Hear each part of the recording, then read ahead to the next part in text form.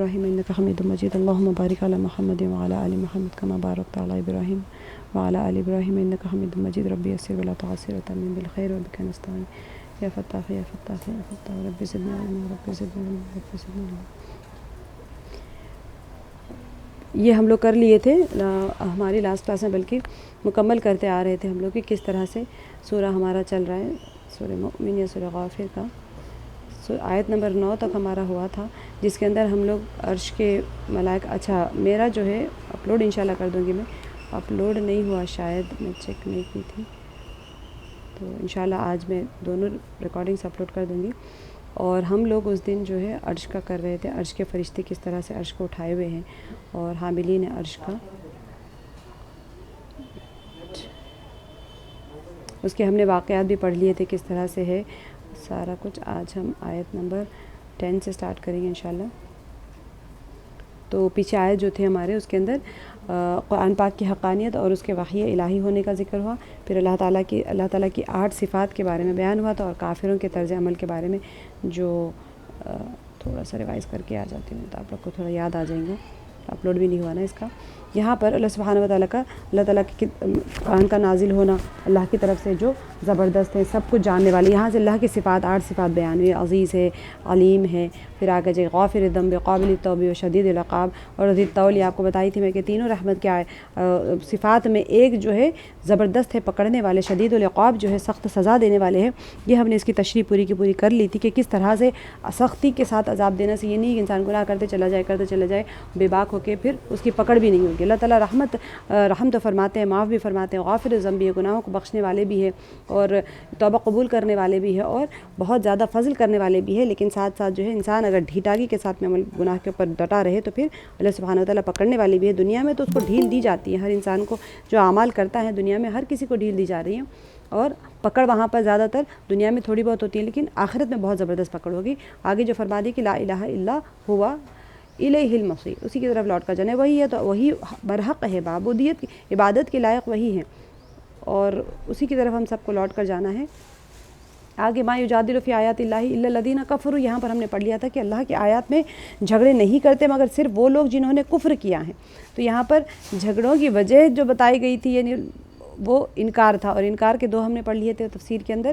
فلا یغرو، یہاں پر بتا دیا یغرو کا، یہاں پر یغرور کا جو اس کے اندر یہ تھا کہ آپ دھوکے میں نہ پڑ جائیں. کس کی وجہ سے؟ وہ زمین کے اوپر جو کفار جو چالت پھرت کر رہے ہیں وہ لوگ، اور ان کی جو پاورز ہے اس کی وجہ سے کوئی حق پر چلنے والا انسان یہ دیکھ کے پریشان اور شک میں نہ پڑ جائے کہ یہ لوگ صحیح راستے پہ ہیں. ٹھیک ہے، کیونکہ اللہ سبحانہ و تعالیٰ نے دنیا میں جس حال میں رکھا ہوا ہے وہ حال ایسا ہے گویا کہ اس کے اعمال کے اوپر ڈیپینڈ کرتا ہے کہ اگر انسان نیک ہے پھر اس کے بعد میں اس کو اگر کوئی اچھے احوال میں ہے تو سمجھ لے کہ وہ اللہ کی رضا کی وجہ سے. لیکن ایک انسان گناہ گار ہے، سرکش ہے اور انکار ایمانی ہے، تو پھر اگر اس کے اوپر کوئی کیفیات آ رہی ہیں، بہت نیکیاں مل رہی ہیں، جو کچھ بھی مل رہا ہے وہ سمجھ لیں کہ وہ آخرت میں اس کی پکڑ ہوگی. دنیا میں تو ہوگی ہی ہوگی، دنیا میں بھی ہم نے پیچھے پڑھ لیا ہے سورہ زمر میں کہ اس کو دنیا میں بھی عذاب ملے گا اور آخرت میں بھی ملے گا. دنیا کا عذاب سخت ترین کیسے ہوگا کہ اس کا موت ہی عذاب کی شکل میں آئے گی اس کی، اور پھر آخرت کا تو دائمی عذاب ہمیشہ کے لیے ہے. تو اسی وجہ سے یہاں پر بتا دی جائے کہ وہ نہیں جھگڑا کرتے وہ لوگ جنہوں نے انکار کیا اللہ سبحانہ و تعالیٰ کی آیات میں. وہ جھگڑتے تھے، تمسخر کرتے تھے، استہزاء کرتے تھے اور مانتے بھی نہیں تھے. آگے کا جو فرما دیا کہ کذبت قبلہم قوم نوح، یعنی قوم نوح اور احزاب کے اندر ہم نے پڑھ لیا تھا کہ پوری جو قومیں چھوٹی چھوٹی ٹکڑیاں ہیں وہ سب کو ہی احزاب کہا جاتا ہے. کیوں کہا جاتا ہے وہ ہم نے پیچھے آیت کا ریفرنس لے کے کیا تھا کہ قوم عاد ہے، قوم سمود ہے، پھر جو داؤد علیہ السلام کی قومیں، یہ ساری چھوٹی چھوٹی جو قومیں، چھوٹی چھوٹی کیا بلکہ قوموں کے اوپر جو عذاب آیا تھا، قوم نوح جو تھا ان کے اور احزاب میں مراد وہ ساری قومیں ہیں جنہوں نے انکار کیا تھا، تو ان کے اوپر بھی اللہ تعالیٰ کا عذاب آیا تھا. اور اس کے بعد میں بہت سے دوسرے جتھوں نے بھی یہ کام کیا ہے. ہر قوم اپنے رسول پر کیا تھا؟ جھپٹی تاکہ اسے گرفتار کرے. ان سب نے باطل کے ہتھیاروں سے حق کو نیچا دکھانے کی کوشش کی. یہاں پر بتا دیا گیا تھا کہ باطل کے ہتھیار کیا ہوتے ہیں.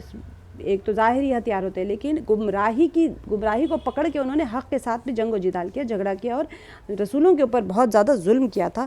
یہ بتانا اسی وجہ سے تھا کہ وہ جادلو جو تھا جھگڑنا ہے بالباطلی، یعنی باطل کے ساتھ میں کوئی انسان جو غلطی پہ ہوتا ہے، ہردرمی پہ اڑا ہوا ہوتا ہے، تو پھر وہ کیا کرتا ہے کہ میں صحیح ہوں، بلکہ اس کا جو ہردرمی آتی ہے وہ چاہتا ہے کہ وہ حق کو جھکا دے، لیکن آگے اللہ تعالیٰ فرما دے کہ دیکھو حق تو اللہ ہی کی طرف سے ہے اور اللہ ہی کے لیے ہے، تو حق کو کوئی نیچا دکھا نہیں سکتا، مگر آخرکار میں نے ان کو پکڑ لیا، تو اللہ سبحانہ و تعالیٰ چھوڑ دیتے، ڈھیل دے کے رکھتے کہ بندہ توبہ کر لے اور حق راہ پر آ جائے۔ پھر فَأَخَذَتْهُمْ، پھر اللہ تعالیٰ یہاں پر فرما ہے کہ میں نے ان کو پکڑ لیا، فَكَيْفَ كَانَ عِقَابِ، تو ان کا پھر اللہ تعالیٰ کیسے فرما رہے ہیں کہ پھر دیکھ لو کہ میری سزا کیسی سخت تھی۔ دنیا میں بھی وہ جب ان کو عذاب آیا تھا، وہ سختی کے ساتھ میں عذاب بھیجا گیا ان کے اوپر، جتنی قوموں نے سرکشی کی، جتنے قوم نوح اور احزاب تھے، ان لوگوں کے اوپر ساروں کے اوپر سخت عذاب آیا تھا۔ اور وہ کیا ہوا تھا، اللہ تعالیٰ فرما رہے ہیں کہ تم دیکھتے نہیں، جو سفر کرتے تھے نا وہ لوگ عرب، تو وہاں پر سارے قوموں کا سارا پس منظر ہوا کرتا تھا ان کے پاس میں۔ پھر وَكَذَلِكَ حَقَّتْ كَلِمَةُ رَبِّكَ عَلَى الَّذِينَ كَفَرُوا أَنَّهُمْ أَصْحَابُ النَّارِ، جو ہے اور جو چلے گئے سب کے لیے اللہ تعالیٰ فرما دی کہ میں نے آپ کو بتایا تھا کہ ایک مہر لگ جاتی ہے، ہمیشہ ہر چیز پیچھے حکم جاری ہوتا ہے، اس کے بعد میں ٹھپا لگ جاتا ہے بھائی، ایسے ہی اسی طرح سے رب کا یہ فیصلہ ہے کہ ان سب لوگوں پر چسپا ہو چکا ہے جو کفر کے ارتکاب کرنے والے، کفر کو اختیار کرنے والے، انہوں نے مرتکب کیا تھا، تو کیا ہو گیا، وہ واصل جہنم ہونے والے ہیں، انہم اصحاب النار، جہنم میں جانے والے ہیں وہ لوگ۔ کیوں کہا گیا، اللہ تعالیٰ جہنم میں نہیں بھیجنا چاہتے، لیکن جیسے میں نے بتایا تھا کہ آپ کو ایک عمل کا راستہ اختیار کیے ہوئے ہیں، تو آپ اگر دہلی کے ٹرین میں بیٹھیں گے تو آپ کبھی بھی چنئی نہیں پہنچ سکتے، کیونکہ آپ نے اپنے قدم اٹھا کے وہ دہلی کی ٹرین میں رکھا، وہاں سامان رکھا، وہاں بیٹھے ہوئے ہیں، اور اگر آپ سوچیں گے کہ میں دہلی نہیں جاؤں گی بلکہ چنئی پہنچ جاؤں گی، تو امپاسبل ہے، وہ آپ کو ٹرین سے اترنا پڑے گا، دوسری ٹرین میں چڑھنا پڑے گا جو کہ چنئی کی طرف جاتی ہے۔ ایسے ہی انسان نے اگر گمراہی کا راستہ اختیار کر لیا ہے تو اس کا انجام پھر وہی ہوگا جس رخ کے اوپر وہ جا رہے ہیں۔ ایسے نہیں ہو سکتا ہے کہ جو گمراہی کے راستے پہ جائے وہ جنت پہ پہنچ جائے۔ تو اللہ سبحانہ و تعالیٰ یہاں پر ایسے نہیں کہہ رہے کہ میں نے ان کے اوپر جہنم کو چسپا کر دیا ہے، بلکہ ان کے بدعمالیوں کی ٹرین میں وہ جو سوار ہو چکے ہیں اس کی منزل وہی ہے، اگر اس کو پھر واپس اترو، توبہ کرو اور پھر راہ راست کی ٹرین کو پکڑ لو، پھر تم سیدھے جنت کی طرف جاؤ گے۔ آگے جو اللہ تعالیٰ نے فرما دیا کہ ان لوگوں کو تسلی دی جا رہی ہے کہ جو پریشان ہو رہے تھے، یہ آپ کو یاد ہوگا یہ کون سا دور ہے، ہم مکی دور ہے، ہجرت سے پہلے سورہ نازل ہوا ہے، تو ان کے اندر بہت ہی تنگی تھی، بہت ہی ہراس تھا، بہت تنگ کیے جا رہے تھے، وہ ٹائم تھا، وہ پس منظر کو یاد کریں، اور پھر ہم تو ڈیفینیٹلی ہمارے لیے تو آیتوں کے لیے ہے ہی ہے، تو یہ چیز بہت امپورٹنٹ ہے کہ کون سا پس منظر تھا وہاں کا، تو وہ پس منظر کے حساب سے اللہ سبحانہ و تعالیٰ فرما رہے ہیں کہ دیکھو پریشان نہیں ہو جاؤ کہ جو کفار ہے تمہیں جو تنگ کر رہے ہیں اس کی وجہ سے تم ہمت مت ہار دینا، پریشان نہیں ہو جاؤ، بلکہ کون دعا کر رہے ہیں تمہارے لیے، اللہ تعالیٰ یہاں پر ایک ہمت افزائی کے لیے فرما رہے ہیں کہ جو فرشتے عرش الہی کو اٹھائے ہوئے ہیں، وہ جو عرش کے گرد و پیش حاضر رہتے ہیں، سب اپنے رب کی حمد کے ساتھ میں اس کی تسبیح کر رہے ہیں، وہ اس پر ایمان رکھتے ہیں اور ایمان لانے والوں کے حق میں دعائے مغفرت کرتے ہیں۔ وہ کہتے ہیں کہ اے ہمارے رب، تو اپنی رحمت اور اپنے علم کے ساتھ میں ہر چیز پر چھایا ہوا ہے، بس معاف کر دے اور عذاب دوزخ سے بچا لے ان لوگوں کو جنہوں نے توبہ کی ہے اور تیرے راستے اختیار کیا ہوا ہے۔ سبحان اللہ، دیکھیں کہ اللہ سبحانہ و تعالیٰ نے فرشتوں کو مقرر کر کے رکھا ہوا ہے مومنین کے دعاؤں کے لیے۔ ہم نے اس کو کافی ڈیٹیل میں اس دن کر لیا تھا، اور یہ جو دعا ہے میں نے آپ کے ساتھ شیئر کی تھی کہ آپ کو ایک اندازہ ہو جائے کہ عرش کو اٹھانے والے فرشتے کتنے بڑے ہیں، اور پھر وہ فرشتے جو عرش کو اٹھائے ہوئے ہیں وہ سارے کے سارے فرشتے دعائیں کر رہے ہیں کس کے حق میں، جو ایمان لائے، تو ایمان والا بندہ اللہ کے نزدیک کتنی قدر و قیمت والا بندہ ہے، اپنے ایمان کو سمجھتے نہیں، ہم ہلکا سمجھے ہوئے ہیں۔ اللہ تعالیٰ ہمیں توفیق دے کہ جو نعمت سے اللہ تعالیٰ نے ہم کو نوازا ہے اس نعمت کی ہم قدر کرنے والے بنے، کیونکہ ہم نے کوئی محنت نہیں کی ایمان لانے کے لیے۔ ہم اگر اللہ نہ کرے کوئی اور مذہب میں پیدا ہوتے اور بڑی مشقت کے ساتھ میں ایمان لاتے تو ہمیں قدر بھی ہوتی تھی، ہم تو ایسے ہی مسلمانوں کے گھر میں پیدا ہو گئے۔ اور وہ کیا دعا کر رہے ہیں، اے ہمارے رب، اور داخل کر ان کو ہمیشہ رہنے والی ان جنتوں میں جن کا تو نے ان سے وعدہ کیا۔ یہ فرشتوں کی دعا میں ہم ہیں شمار، ہر لمحہ وہ دعا کر رہے ہیں ہمارے لیے، اور ان کے والدین اور بیویوں اور اولاد میں سے جو صالح ہوں ان کو بھی وہاں ان کے ساتھ میں پہنچا دے۔ تو بلا شبہ قادر مطلق اور حکیم ہے۔ یہ ہم نے کر لیا تھا کہ ایک اگر جنتی اولاد ہے، اگر بہت اونچے درجے پہ ان کے والدین نیچے ہے، تو پھر وہ کیا ہوگا کہ وہ اعلیٰ درجے والے جنتی کو اللہ تعالیٰ نیچے نہیں کریں گے، بلکہ ان کے والدین کو اس درجے پہ لے کے چلے جائیں گے۔ سبحان اللہ۔ تو یہ فرشتوں کی دعائیں ہیں، اللہ تعالیٰ نے ہمارے حق میں ان کو مقرر کر کے رکھا ہے، وہ ہمارے حق میں مستقل دعا کر رہے ہیں کہ اللہ تعالیٰ ہمیں وہ تمام چیزیں عطا فرمائے۔ اور یہ آیت نمبر 9 میں بھی دعا کا کنٹینیوشن تھا، اور بچا دے ان کو برائیوں سے جس کو تو نے قیامت کے دن برائیوں سے بچا دیا، اس پر تو نے بڑا رحم کیا ہے، یہی بڑی کامیابی ہے۔ اس کی بہت ڈیٹیل تفسیر ہوئی تھی، میں انشاءاللہ آج اپلوڈ کر دوں گی اس کی۔ تو سیئات سے کیا مراد ہے؟ سیئات جو واقعی میں سیئات جو ہے وہ گناہ ہر وہ گناہ جو انسان کر رہا ہوتا ہے، ظاہری باطنی مخفی طور پہ کر رہے ہیں، ایمان میں کر رہے ہیں، جو جتنے بھی اس سے گناہ سرزد ہو رہے ہیں، فرشتے ان کے لیے دعا کر رہے ہیں کہ ان کو بچا لیجئے ان تمام برائیوں سے. ومن تقی سیئات، اور اللہ تعالیٰ جن کو بچا لے سزاؤں سے، برائیوں سے. سیئات سے مراد سزائیں بھی ہے، جو سزائیں دنیا میں آخرت میں اس کو ملتی ہیں. سوچیں کتنی بڑی دعا ہے یہ. اللہ تعالیٰ نے تو ہمیں ایسے ہی فرشتوں کی دعاؤں میں نہیں شمار کر کے رکھا ہے نا. اتنا بڑی ایمان، اتنی بڑی دولت ہے، اللہ سبحانہ وتعالیٰ اس کی قدر کرنے والے بنایا اور ہمیں فرشتوں کی دعاؤں میں ہمیشہ ایسے ہی شمار رکھے. تو جو فرشتے کیا وذالک هو الفوز العظیم، یہ سب سے بڑی کامیابی. فوز کہتے ہیں کامیابی کو، بہت بڑی کامیابی ہے، کیونکہ اندازہ ہی نہیں ہے. اگر انسان جس کو اللہ سبحانہ وتعالیٰ اس کے سزاؤں کو یعنی معاف کر دے، وہی سب سے بڑی کامیابی ہے. آگے آج ہم آیت نمبر 10 سے کریں گے. ان الذین کفروا، بے شک وہ لوگ جنہوں نے کفر کیا. اب دیکھیں پیچھے ان مومنین کے بارے میں ذکر کیا گیا ہے، اللہ تعالیٰ کے تمام صفات کے بارے میں ہونے کے بعد میں مومنین کے بارے میں ذکر کیا گیا ہے. وہ لوگ جو انکار کرنے والے ہیں ان کے بارے میں بتا دیا گیا کہ اتنی پہلے قوموں کے ساتھ جو انجام ہوا تھا ان کے ساتھ بھی وہی انجام ہوگا. اگر تم انکار کرنا ہے تو ٹھیک ہے کر لو، تمہارے اختیار میں نے تو کسب کا اختیار دے دیا ہے، تم جو چاہے کرو. چاہے تو تم انکار کرو، چاہے تو تم اقرار کرو. جو تم انکار کرو گے تو تم اپنی ہی جانوں پہ ظلم کر رہے ہو، اگر اقرار کرو گے تو تم اپنے ہی لیے فوز اور کامیابی مقدر کر رہے ہو. تو یہاں پر بہت ڈیٹیل سے جو فرقہ جو جبریہ کا جو فرقہ ہے اس کو نظر میں رکھتے ہوئے چلنا ہے، کیونکہ انسان یہ نہ سمجھ بیٹھے کہ جو ہم کر رہے ہیں وہ مجبور محض ہم سے کرایا جا رہا ہے، بلکہ اللہ تعالیٰ نے کسب کا اختیار دے دیا ہے. اس کا مطلب یہ نہیں کہ اللہ تعالیٰ نے پورے کا پورا اختیار دے دیا ہے. اختیاری میں نے آپ کو بہت اس کو ڈیٹیل میں بتایا تھا کہ اختیار دیا ہوا اللہ کی طرف سے، اس کا مطلب ہے کامل اختیار اللہ کے ہاتھ میں ہے اور ہمیں دینے والے اللہ تعالیٰ ہیں. یہاں پر کیا فرما رہے ہیں؟ بے شک وہ لوگ جنہوں نے کفر کیا. پیچھے ایمان والوں کے بتا دیا کہ ان کے لیے ملائکہ جو ہے حاملین عرش جو ہے، عرش کو اٹھانے والے، وہ دعا کر رہے ہیں. اب یہاں پر انکاریوں کے بارے میں بتایا جا رہا ہے کہ بے شک وہ لوگ جنہوں نے کفر کیا. ان الذین کفروا ینادون، تو وہ بلائے جائیں گے، آواز دیے جائیں گے. اب دیکھیں جو منکرین حق ہوتے ہیں ان کا بھی تو حشر بتانا ہے نا، تو وہ بلائے جائیں گے یا پھر آواز دیے جائیں گے. ینادون ندا سے آتا ہے. لمقت اللہ. اب دیکھیں لمقت کیا کہتے ہیں کہ بیزاری، یعنی یہاں پر البتہ بیزاری یعنی بغض. لمقت اللہ اکبر من مقتکم انفسکم اذ تدعون الی الایمان فتکفرون. یہاں پر یہ آیت میں یہ بتایا جا رہا ہے کہ جب ان کو بلایا جاتا تھا تو وہ ان کو اپنے آپ پہ وہ غصہ کرتے تھے دنیا میں رہ کے. اس کی میں آپ کو تشریح میں بتاتی ہوں، ترجمہ کر لیتے ہیں. البتہ بیزاری یا بغض اللہ کا زیادہ بڑا ہے، من سے، مقتکم تمہارے غصے سے، انفسکم اپنے نفسوں پر، اذ تدعون جب تم بلائے جاتے تھے، الی ایمان کی طرف، فتکفرون تو تم کفر کرتے تھے. جن لوگوں نے کفر کیا ہے قیامت کے روز ان کو پکار کر کہا جائے گا آج تمہیں جتنا شدید غصہ اپنے اوپر آ رہا ہے اللہ تم پر اس سے زیادہ غضبناک اس وقت ہوتا تھا جب تمہیں ایمان کی طرف بلایا جاتا تھا اور تم کفر کرتے تھے. یہ اصل میں آپ کو اس کی تشریح بتاتی ہوں کہ ہوتا کیا ہے. اصل میں یہ آیت میں جو بتایا جا رہا ہے کہ کفار کی اس پریشان اور حسرت کا ذکر کیا ہے.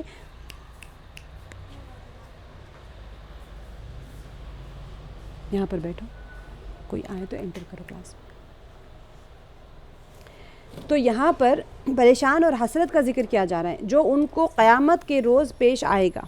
ٹھیک ہے، آپ لوگ کو سب کو بتایا کہ کتنے سورہ زمر میں ہم نے کتنا ڈیٹیل سے کر لیا تھا کہ وہ لوگ جب قیامت کا پس منظر جو عذاب کا شکل دیکھیں گے، یہ کانورزیشنز ہونے کی ہے، یہ کانورزیشن ساری ہونے کی ہے.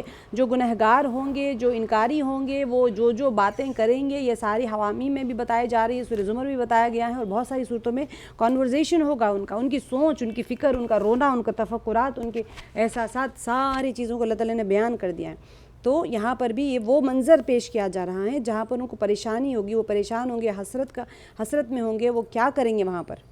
گنہگاروں کے ساتھ کیا معاملہ ہو رہا ہے؟ ان الذین کفروا، بے شک وہ لوگ جنہوں نے اس دنیا میں کفر کا شیوہ اختیار کیا ہے، یعنی اللہ کی ذات، صفات، توحید، ایمان، شریعت، انبیاء، کتب آسمان، ہر چیز کا انہوں نے انکار کیا تھا. ملائکہ کا بھی انکار کر دیا. آخرت، ملائکہ سے مراد وہ اس انداز میں جو یہ ماننا چاہتے تھے، ملائکہ اللہ کی بیٹیاں ہیں، بس وہ مانیں گے، لیکن اللہ کے حکم پورا کرنے والے ہیں، یہ اللہ کی بیٹیاں نہیں ہیں، ان کو پاورز نہیں ہے، وہ نہیں مانتے تھے وہ لوگ. اللہ تعالیٰ کی صفات کاملہ جو ہے، اللہ رزق دینے والے ہیں، اللہ تعالیٰ ہر پریشانی سے بچانے والے ہیں، اللہ تعالیٰ ہی پال رہے ہیں، اللہ تعالیٰ نہیں، وہ نہیں مانیں گے. الوہیت کو نہیں مانتے تھے، وہ کہتے تھے نہیں اللہ کے ساتھ میں دوسرے بھی ہیں، تو یہ ان کا جو انکاری پن تھا ان کا، شریعت کو نہیں مانتے تھے، انبیاء کو نہیں مانتے تھے، انبیاء شریعت لاتے تھے اس کو نہیں مانتے تھے، ہر چیز کا جو انکار کرتے تھے یہ لوگ، اس کی وجہ سے اللہ کی ذات کا انکار، صفات کا انکار، توحید کا انکار، واحد اللہ تعالیٰ ہے وہ بھی نہیں مانتے تھے، ایمان بھی نہیں لاتے تھے، شریعت جو نبی لے کے آئے وہ بھی نہیں مانتے تھے، تو کتب آسمانی کو تو ویسے ہی انکار کر دیتے تھے، تو ان کو پکار کر ینادونا، ان کو پکار کر کہا جائے گا، کیا کہا جائے گا؟ لمقت اللہ اکبر من مقتکم انفسکم، اللہ کی ناراضگی زیادہ بڑی ہے تمہاری اپنی جانوں پر ناراضگی سے، من مقتکم انفسکم یعنی کہ اپنی جانوں کے پر بھی وہ ناراض ہوں گے۔ اب سوچیں ایک انسان کیا واہ ویلا کرے گا اس دن، قیامت والے دن جب کفار کو اپنا انجام نظر آنے لگے گا تو پھر کیا ہوگا؟ انہیں اپنی جو پچھلی زندگی، پچھلی کارگزاری جو انہوں نے کیا ہے دنیا میں، وہ سب پر بے حد افسوس ہوگا ان کو۔ اب اس کی بنا پر کیا ہوگا؟ وہ اپنے آپ پر نفرت اور ناراضگی کا اظہار کریں گے، ہائے کم بختی، ہم نے ایسے کیوں کیا، واویلا کرتے رہیں گے، ایک دوسرے کو ملامت کرتے رہیں گے، تمہاری بات سن کے میں نے یہ کر لیا، وہ شیاطین کو کہیں گے، ملامت کریں گے، شیاطین ان کے اوپر ملامت کرے گا کہ تم نے میری بات کیوں سنی، تم تو وہی کرنا تھا جو تمہارے نبی نے کہا تھا۔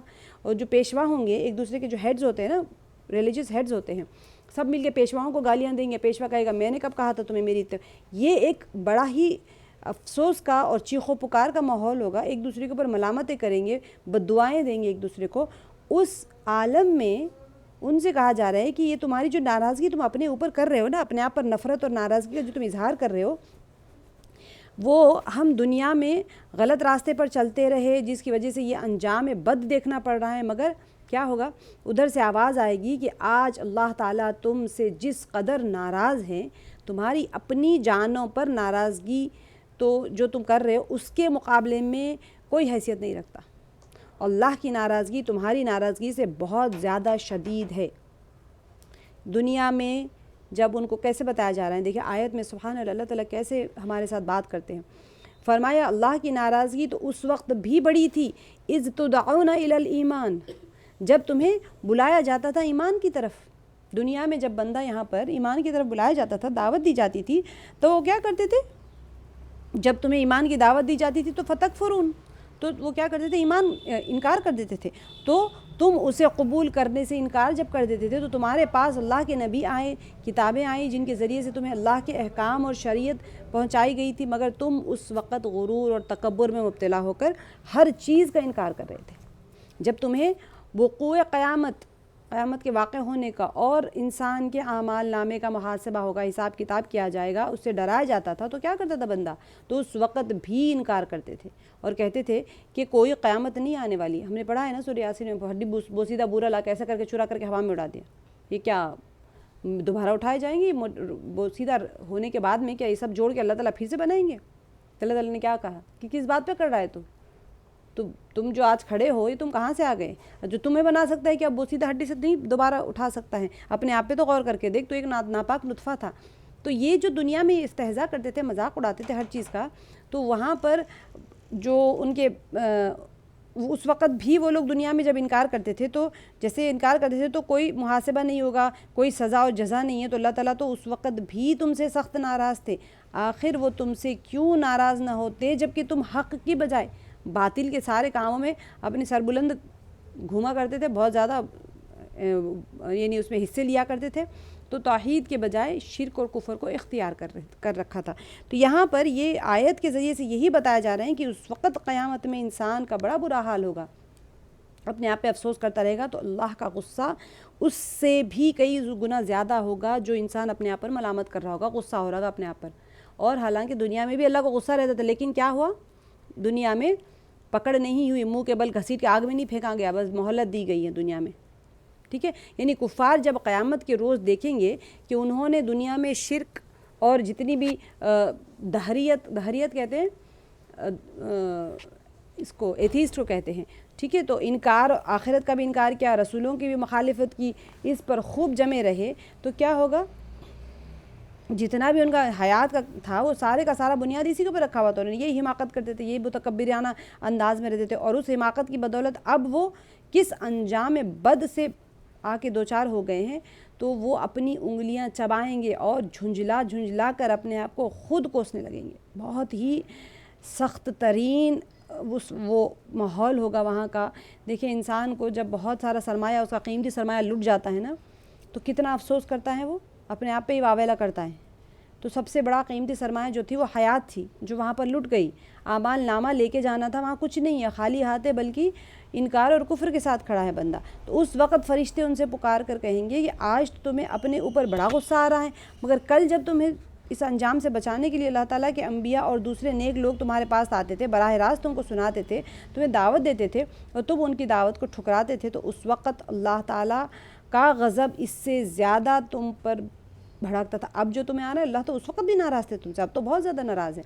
تو وہاں پر فرشتے یہ لوگ کہیں گے قالوا ربنا امتنا اثنتین واحییتنا، اب دیکھیں، اور کہیں گے اے ہمارے رب، ربنا اے ہمارے رب، امتنا تو نے موت دی ہم کو، اثنتین دو بار، واحییتنا اور تو نے زندگی بخشی ہم کو، اثنتین دو بار، فاعترفنا تو اعتراف کر لیا ہم نے، بذنوبنا اپنے گناہوں کا، فہل الی خروج تو کیا طرف، یعنی فہل کیا، الی الخروجی نکلنے کی طرف، من سبیل کوئی راستہ ہے۔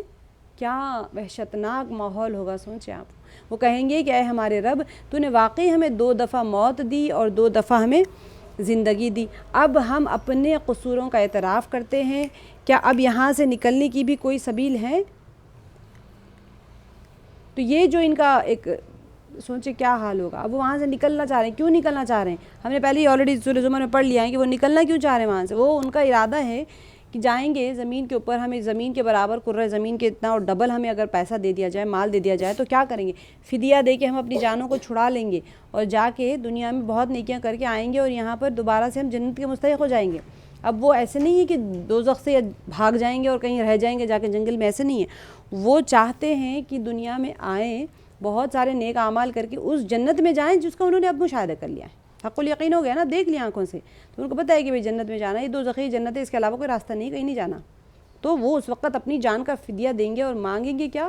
دنیا میں جا کے ہم نیک اعمال کر کے آئیں گے۔ اب یہاں پر دیکھیں ایک نیا کانورزیشن ہے، ہم بار بار الگ الگ جگہوں پر الگ الگ صورتوں میں الگ الگ موقع کے حساب سے اللہ تعالیٰ وہاں پر جہنمیوں کے تذکرے اور ان کے اپنے کانورزیشنز کو بیان کر رہے ہیں۔ تو قیامت والے دن لوگ حسرت اور افسوس کا اظہار کریں گے اور کہیں گے قالوا ربنا امتنا اثنتین، اے ہمارے پروردگار، تو نے ہمیں 2 دفعہ موت دی اور واحییتنا اثنتین اور 2 دفعہ زندگی بخشی، فاعترفنا ذنوبنا تو کیا کہیں گے؟ بس ہم اپنے گناہوں کا اعتراف کرتے ہیں کہ ہم سے واقعی غلطیاں ہوئی ہیں اور ہم نے برے کام انجام دیے ہیں، فہل الی خروج من سبیل بس کیا ہے نکلنے کا کوئی راستہ؟ مطلب یہ ہے کہ کسی طرح سے بھی ہم یہاں سے نکل سکتے ہیں۔ دیکھیں اب یہاں سے اب یہاں پر لوگوں کو اب یہاں پر ان لوگوں کو فکر شروع ہو گئی ہے کہ دنیا میں واپس جا کر اپنے سابق اعمال کی تلافی کر لیں گے اور نیک اعمال انجام دینے لگیں گے، اس مرتبہ ہم کفر اور شرک سے بیزاری کا اعلان کر کے ایمان اور توحید کو قبول کر لیں گے، یہاں سے نکلیں گے، پھر لیکن واپس آ جائیں گے ہم دوبارہ سے اچھے اپنے اعمال نامے کو مزین کر کے خوبصورت کر کے، مگر یہ ناممکن ہوگا۔ سورہ انعام میں بھی اللہ تعالیٰ نے فرمایا ہے کہ حقیقت یہ ہے کہ اگر ان کو دنیا میں واپس بھیج دیا جائے تو یہ پھر وہی برے کام ہی کریں گے جن سے انہیں منع کیا گیا ہے۔ تو اللہ تعالیٰ ان کی استعداد کو جانتے ہیں، لہٰذا وہ انہیں دنیا میں دوبارہ واپس نہیں بھیجیں گے، ویسے بھی نہیں بھیجیں گے، ایسے بھی نہیں بھیجیں گے، اگر بھیجتے تب بھی وہ ایسے ہی کرتے۔ تو کتنا اہم معرکہ ہے، کتنا اہم وقت ہے، کتنا اہم مسئلہ ہے جو قیامت میں پیش آئے گا اور کیا کیا بولیں گے بندے، اللہ تعالیٰ ہمیں پہلے ہی اس کے بارے میں بتا رہے ہیں۔ پیپر آؤٹ ہو چکا ہے ہمارا ایگزامینیشن جو ہے، ہم دنیا میں امتحان لے کر رہے ہیں، رزلٹ بھی ایگزام ڈکلیئر کر دیا اللہ تعالیٰ نے اور بتا دی کہ تم یہ کر رہے ہو، جانے کے بعد میں جب تمہارا پیپر ختم کریکشن ہو گیا، سب مل گیا، اعمال نامے دکھا دیے جائیں گے، تو تم پھر یہ کہو گے، لیکن دیکھو خبردار ہو جاؤ، تم کہو گے تو مانی نہیں جائے گی، یہی وقت ہے تمہارے پاس، ایک ہی زندگی دی جا رہی ہے، تو اسی کو پورا کر لو۔ 2 مرتبہ موت اور حیات کے متعلق ایک آپ کو اچھا سا پوائنٹ ہے، اس کو سمجھنے کی کوشش کریں۔ مفسرین کے مختلف اقوال ہے، آسانی سے سمجھا دوں گی، میں کوشش کر رہی ہوں اللہ تعالیٰ آپ لوگ کو سمجھا دے اس چیز کے بارے میں کہ اس کے متعلق مفسرین کہتے ہیں کہ پہلی موت اس دنیا میں آتی ہے، ٹھیک ہے، اور انسان کو جو برزخ میں سوال و جواب کے لیے زندگی دی جاتی ہے انسان کو، ٹھیک ہے، اس کے بعد اس پر دوسری مرتبہ موت طاری ہوتی ہے اور حشر کے دن اسے دوبارہ زندہ کیا جائے گا۔ اس طرح گویا انسان کے لیے 2 اموات اور 2 زندگیاں ہو گئی۔ پہلا کیا ہے، پہلے مفسرین کا کیا قول ہے کہ انسان کو اصل میں اب ہم دنیا میں مر گئے، ٹھیک ہے، دنیا میں پہلی موت آ گئی اس کو. پھر جو برزخ کا عالم ہے وہاں پر سوال جواب کے لیے اس کو زندہ کیا گیا. پھر اس کے بعد میں پھر اس کو دوسری مرتبہ بھی پھر اس کے اوپر موت طاری ہو جائے گی. ٹھیک ہے، اور پھر حشر کے دن اس کو دوبارہ سے زندہ کیا جائے گا. تو یہ 2 زندگیاں اور 2 موت ہو گئی ہیں. اب جمہور مفسرین فرماتے ہیں کہ پہلی موت سے مراد وہ موت ہے جب انسان پیدائش سے پہلے بے جان لوتھڑا تھا.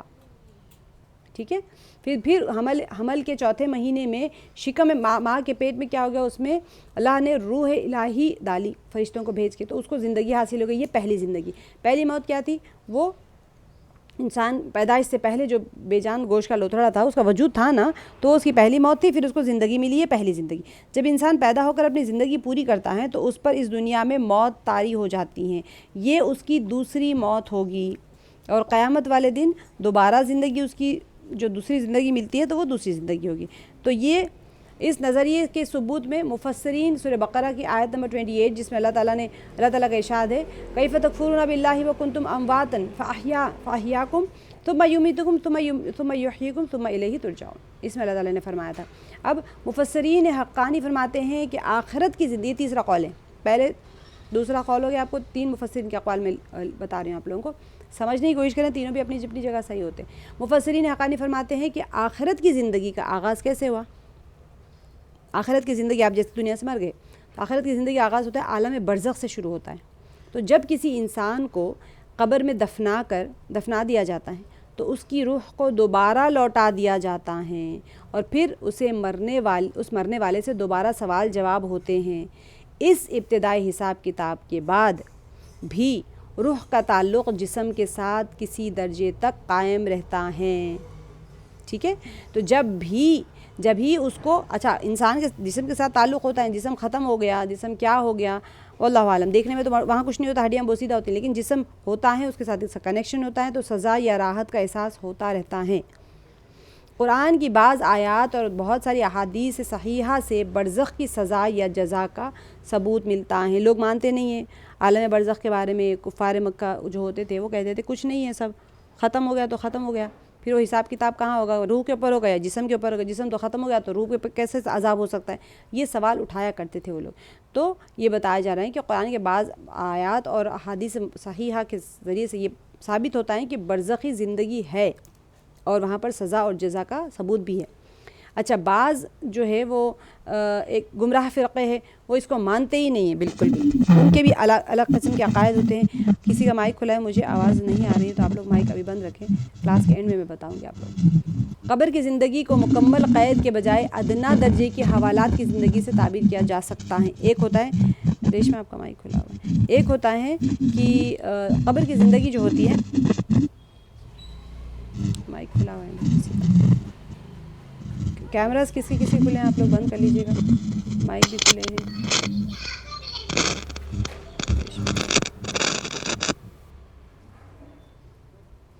محمد عبداللطیف کا کیمرہ کھلا ہے، پلیز بند کر لیجیے. تو یہاں پر جو اہم چیز سمجھنے کی وہ یہی ہے کہ جو قبر کی زندگی ہے اس کے اندر جسم کے ساتھ میں روح کا تعلق ہوتا ہے. قبر کی زندگی مکمل قید کے بجائے انسان کو کیا، ایک حوالات اور قید میں آپ کو فرق ہے نا. جیل ہوتی ہے، ایک پریزن ہوتا ہے، بڑی جیل جہاں پر ہمیشہ رہ جاتا ہے انسان، تو اس کا کوئی کنیکشن نہیں ہوتا دنیا والوں کے ساتھ. جو حوالات میں رہتے ہیں وہ لوگ آتے ہیں، ملتے ہیں، جاتے ہیں اس طرح سے. اب تھوڑا سا سمجھنے کے لیے میں آپ کو بتا رہی ہوں. اچھا، بعض لوگ کہتے ہیں کہ پہلی زندگی سے مراد عہد الست والی زندگی ہے. عہد الست آپ کو پتہ ہے کہ جب اللہ تعالیٰ نے آدم علیہ السلام کی پشت سے تمام ارواح انسانی کو نکال کر ان سے کیا کیا تھا، وعدہ لیا تھا. سورہ اعراف میں ہے الست بربکم، کیا میں تمہارا، اللہ تعالیٰ نے پوچھا تھا کہ کیا میں تمہارا رب نہیں ہوں، تو سب نے جواب دیا تھا کہ کیوں نہیں، آپ ہی ہمارے پروردگار ہیں. اس عہد کے یہ ہے پہلا وعدہ جو اللہ تعالیٰ جب بار بار قرآن پاک میں کہتے ہیں کہ وعدہ خلافی مت کرو، تو اس سے مراد عہد الست بھی شمار ہو جاتا ہے اس کے اندر. تو پھر اب اس کے عہد الست کے بعد اللہ نے سب پر موت طاری کر دی. تو یہ انسان کی پہلی موت ہے بعض مفسرین کے مطابق. پھر انسان کے پیدائش کے وقت میں اس کی دوسری زندگی دی گئی. اور پھر جب اس کا وقت پورا ہو جاتا ہے تو دوبارہ موت دی جاتی ہے. تو یہ دوسری، پہلی موت عہد الست کے بعد میں دے دی گئی، پھر اس کو دنیا میں آیا تو پہلی زندگی ہو گئی، پھر یہاں پوری ایک اسپان آف لائف 80 یا 70 ایئرس جی کے مر جاتا ہے تو اس کی دو موتیں ہو گئی. پھر جب حشر قائم ہوتا ہے تو انسان کو دوبارہ زندگی نصیب ہوگی. اس طرح 2 اموات اور 2 زندگیاں ہو گئی. یہ زیادہ قریب ہوتا ہے سمجھنے کے اعتبار سے وقت کو. اچھا، اب جو ہے آگے جو فرمایا جا رہا ہے کہ یہ جو گناہ کرنے والے ہیں لوگ ہوتے ہیں، فاعترفنا بذنوبنا، اب وہ لوگ کیا کہہ رہے ہیں کہ ہم اقرار کرتے ہیں، یعنی ہم تسلیم کرتے ہیں اس دوسری زندگی کا انکار کر کے ہم نے سخت غلطی کی. دوسری زندگی کون سے؟ قیامت جو محشر میں پیدا ہوگا انسان، وہ دوسری زندگی. تو اب یہ لوگ مانتے نہیں تھے تو کفار جو ہوں گے اب وہاں پر توبہ کریں گے. ہم انکار کرتے تھے، ہم سخت غلطی پہ تھے، اس غلط نظریے پر ہم کام کر کے ہماری زندگی گناہوں سے لبریز ہو چکی ہے. اب یہاں پر اب کوئی امکان ہے کہ ہمارے اعتراف گناہ کو قبول کر کے ہمیں عذاب کی اس حالت سے ہمیں نکال دیا جائے اور دنیا میں بھیج دیا جائے اور ہم چاہیں تو پھر وہاں پر نیک اعمال کر کے آ جائیں گے. یہ جو کہا جا رہا ہے آیت میں فَهَلْ إِلَىٰ خُرُوجٍ مِّن سَبِيلٍ، تو کیا اب یہاں سے نکلنے کا کوئی راستہ ہے؟ اللہ تعالیٰ نے فرما دیا کہ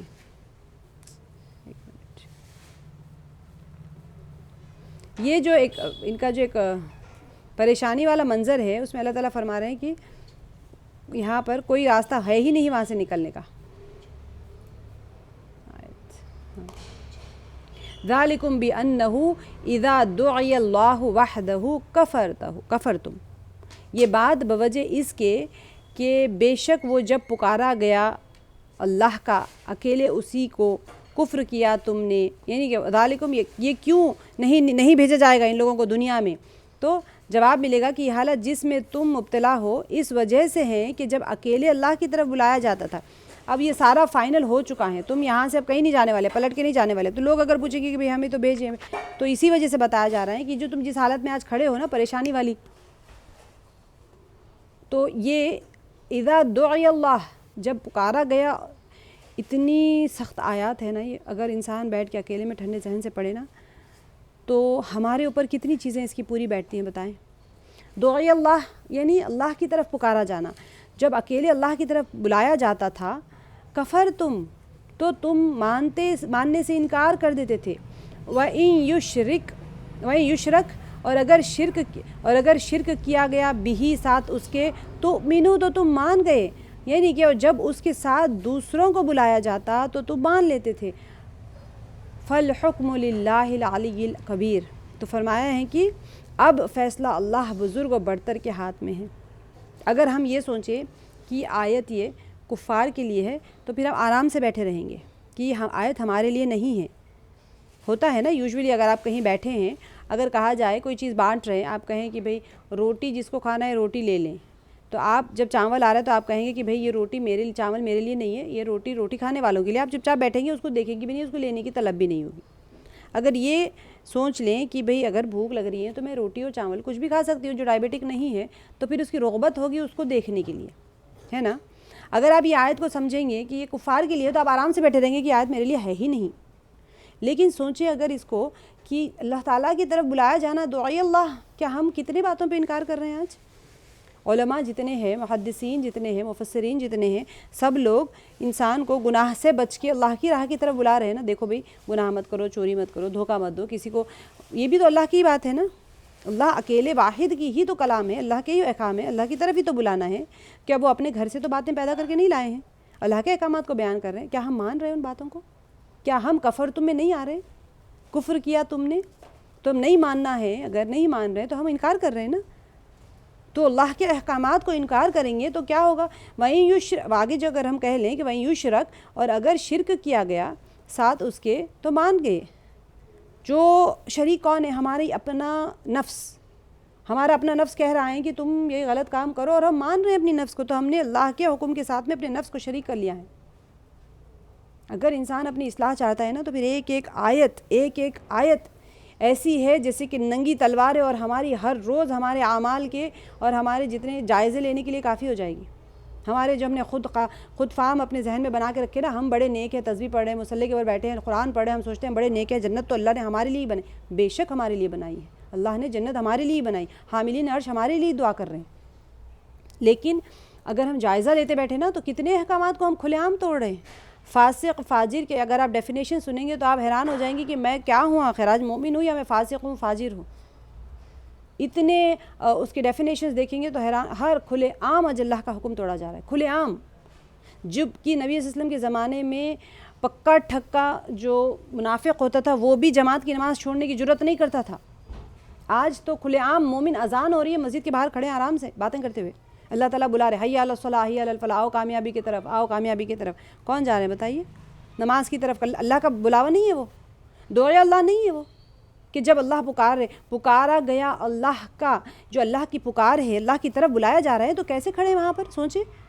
وحدہ تو ہم کفر تمہیں نہیں آئیں گے، آئیں گے ضرور آئیں گے، کیسے نہیں آئیں گے بتائیے؟ اللہ کا تو حکم ہے نا وہ. تو ہم آرام سے کھلے عام اس کا انکار کر رہے ہیں، مزے میں کھڑے ہیں، ہمیں فکر ہی نہیں ہے اس چیز کی. یہ چیز کے لیے ہم سب کو ڈرنا چاہیے. جب انسان ڈرتا ہے تو پھر اپنے اعمال کی اصلاح کرتا ہے. اگر ڈرنا چھوڑ دے گا انسان تو پھر ختم. اب اس کے اندر تو فرمائیں، دیکھیں ہم تفسیر تو ہم پڑھیں گے ڈیفینیٹلی اسی اعتبار سے جو کہ حشر والے دن کافی لوگ سخت ایک جو پریشانی میں ہوں گے، سخت مشکل میں ہوں گے، تو اور خود اپنے آپ پر وہ لوگ ناراضگی اور نفرت کا اظہار کریں گے. اللہ نے فرمایا کہ ذالکم بانہ اذا دعی اللہ وحدہ کفرتم. تو اللہ تعالیٰ نے فرما دیا کہ تمہاری جو حالت ہے اس وجہ سے ہے کہ دنیا میں جب تمہیں اللہ وحدہ لا شریک کی طرف بلایا جاتا تھا کہ صرف اللہ ہی کی بات مانو، اسی کو اپنا معبود مانو اور اسی کی طرف آؤ، وہی برحق ہے، تو اسی پر ایمان لاؤ اور اس کے لیے اس کے ساتھ میں کسی کو شریک نہ بناؤ، تو تم اس دعوت کا انکار کر دیتے تھے اور کہتے تھے کہ اللہ کے علاوہ ہمارے سفارشی بھی ہیں جن کو اللہ نے اختیار دے رکھا ہے. جو کفار مکہ ہوتے تھے وہ یہی تو کہتے تھے کہ ملائکہ اور ہم بت کی پوجا اس لیے نہیں کرتے کہ یہ بت لکڑی پتھر ہماری کوئی مدد کرے گا، بلکہ یہ تو ایک وحدت کا کنیکشن ہے وہ ارباب کے ساتھ میں جو اللہ کے ایڈمنسٹریٹو ڈپارٹمنٹ ہے. اس کانسیپٹ کو سمجھنا بہت ضروری ہے، ورنہ پھر انسان یہ سمجھے گا کہ یہ تو بت پرستش کے بارے میں ہمارے بارے میں نہیں ہے. کیا ہم نے اللہ کے ایڈمنسٹریٹو ڈپارٹمنٹ کو صرف ٹرمینالوجیکلی بدل لیا ہے؟ صرف ہم بت کو نہیں مانتے، لیکن بتوں کا غائبانہ بت ہمارے دلوں میں ہم نے بٹھا کے رکھا ہوا ہے کہ فلاں جگہ جائیں گے فلاں ہو جائے گا. رشوت دے رہے ہیں کہ رشوت کی وجہ سے کام ہونا ہے تو رشوت دینا پڑے گا. بھائی اللہ کا حکم ہو رہا ہے مت دو، حرام ہے، لیکن ہم دے رہے ہیں، کیا کریں گے؟ کام نہیں ہوگا. تو اللہ تعالیٰ کیا فرما رہے ہیں یہاں پر؟ اس کے ساتھ کسی کو شریک نہ بناؤ، تو تم اس دعوت کا انکار کر دیتے تھے اور کہتے تھے کہ اللہ کے علاوہ ہمارے سفارشی بھی ہیں جن کو اللہ نے اختیار دے رکھا ہے. اللہ نے اختیار، کتنا خام خیالی ہے. دیکھیں وہ ہماری بگڑی بناتے ہیں اور اللہ کا قرب دلاتے ہیں. اللہ نے ان پر الوہیت کی چادر ڈال رکھی ہے. جو یہ لوگ کہتے تھے بیٹے ہیں یا پھر ابنیت کا تقاضا جو ان کے جو عقیدہ ہوتا تھا، یا پھر ملائکہ کے بارے میں جو بیٹیاں ہیں جو مانتے تھے، اور یہ ہماری مشکلات کو حل کر دیتے ہیں. چنانچہ تم نے دنیا میں کسی کو اللہ کا بیٹا تسلیم کیا اور کسی کو مختار مانا. اللہ نے اختیار دے رکھا ہے تو یہ بھی مختار ہے. بعض کے متعلق یہ عقیدہ بنا لیا کہ وہ جو بندہ ہے وہ براہ راست اللہ کو راضی نہیں کر سکتا، ہم ان معبودوں کو راضی کریں گے تاکہ آگے اللہ کو وہ راضی کر کے ہمیں بچا لیں گے. یہ ساری آج ایگزسٹنگ ہے. یہ آپ سوچیں قرآن پاک کی آیات جو ہے یہ دہرائی جانے والی ہے آیات، اور یہ ہدایت کی آیتیں ہیں. تو یہ آج نہیں ہو رہا ہے. ہم اپنے آپ کا جائزہ لے لیں گے تو یہ ہو رہا ہے. اللہ تعالیٰ فرما رہے ہیں کہ دیکھو کوئی کسی کو بچانے والا نہیں ہے. تم نے کفر کے حق میں طرح طرح کے ایک فلسفے بنا کے رکھے تھے. اپنے آپ کو ثابت کرنا ہے کہ میں صحیح ہوں حالانکہ میں غلط ہوں. تو میں کیا کروں گی؟ اپنے ڈیفینس میں بار بار بولتی رہوں گی. ایک چور ہوتا ہے نا، میں نے آپ کو بار بار اس کی مثال دی. چوری کرتا ہے تو وہ کہتا ہے کہ بھائی تو چوری کیوں کر رہا ہے؟ تو کہتا ہے بھائی تجوری ان کے پاس بھری ہوئی ہے، غریبوں کو دیتے نہیں، میں یہاں سے اٹھا کے غریبوں کو دوں گا. تو کیا چوری حلال ہو جائے گی؟ نہیں ہوگی. آپ کوئی کسی کو بھی پوچھ لیں جو جرم کرتا ہے، وہ ہرگز یہ نہیں اگر جرم کرنے والا جرم سمجھ کے کرے گا نا جرم، تو ضرور توبہ کرے گا. جرم کرنے والا اگر اسے صحیح سمجھ کے کرے گا تو توبہ کی بھی توفیق نہیں ہوتی. تو یہ لوگ صحیح سمجھتے تھے اسی لیے وہ توبہ نہیں کرتے تھے. وہیں یوں شرک بھی تؤمنو، اور اگر اس کے ساتھ میں شرک کیا جاتا تھا اللہ کے ساتھ میں، تو پھر اس کے ساتھ دوسروں کو بھی حاجت روا اور مشکل کشا کی لقب سے یاد کیا جاتا تھا. کوئی حاجت روا نہیں ہے، کوئی مشکل کشا نہیں ہے سوائے اللہ کے. اللہ تعالیٰ خود اپنی ربوبیت کا، وحدانیت کا سارے اسباق دے رہے ہیں قرآن پاک میں.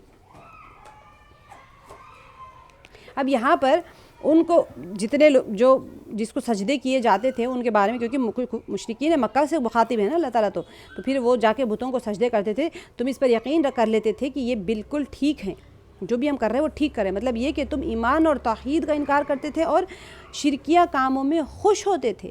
یہ اسی جرم کا جو تمہارا جو جرم کرتے تھے اسی کا نتیجہ جو تمہارے سامنے ہے، اور تمہیں اپنی جو پرانی زندگی ہے اس پر افسوس ہو رہا ہے اور خود اپنے آپ سے یہاں پر بیزاری کا اظہار کر رہے ہو. انسان سوچ اپنے آپ پہ بیزار کرے گا، ہاتھ پاؤں کاٹ لے گا، کیا کرے گا؟ صرف ملامت ہی کرے گا. تو آج تم اس مصیبت سے نکلنے کی کیوں راہ تلاش کر رہے ہو؟ وہ تو تمہارے اپنے کیے کا نتیجہ، دوبارہ دنیا میں جا کر سابقہ اعمال کی تلافی کرنا جو تم چاہ رہے ہو، مگر اب یہ موقع نہیں مل سکتا. عمل کی دنیا ختم ہو کر جزائے عمل کی منزل آ چکی ہے. اللہ تعالیٰ ہم سب کو ہماری منزل کی تیاری کرنے، منزل مقصود وہی ہے.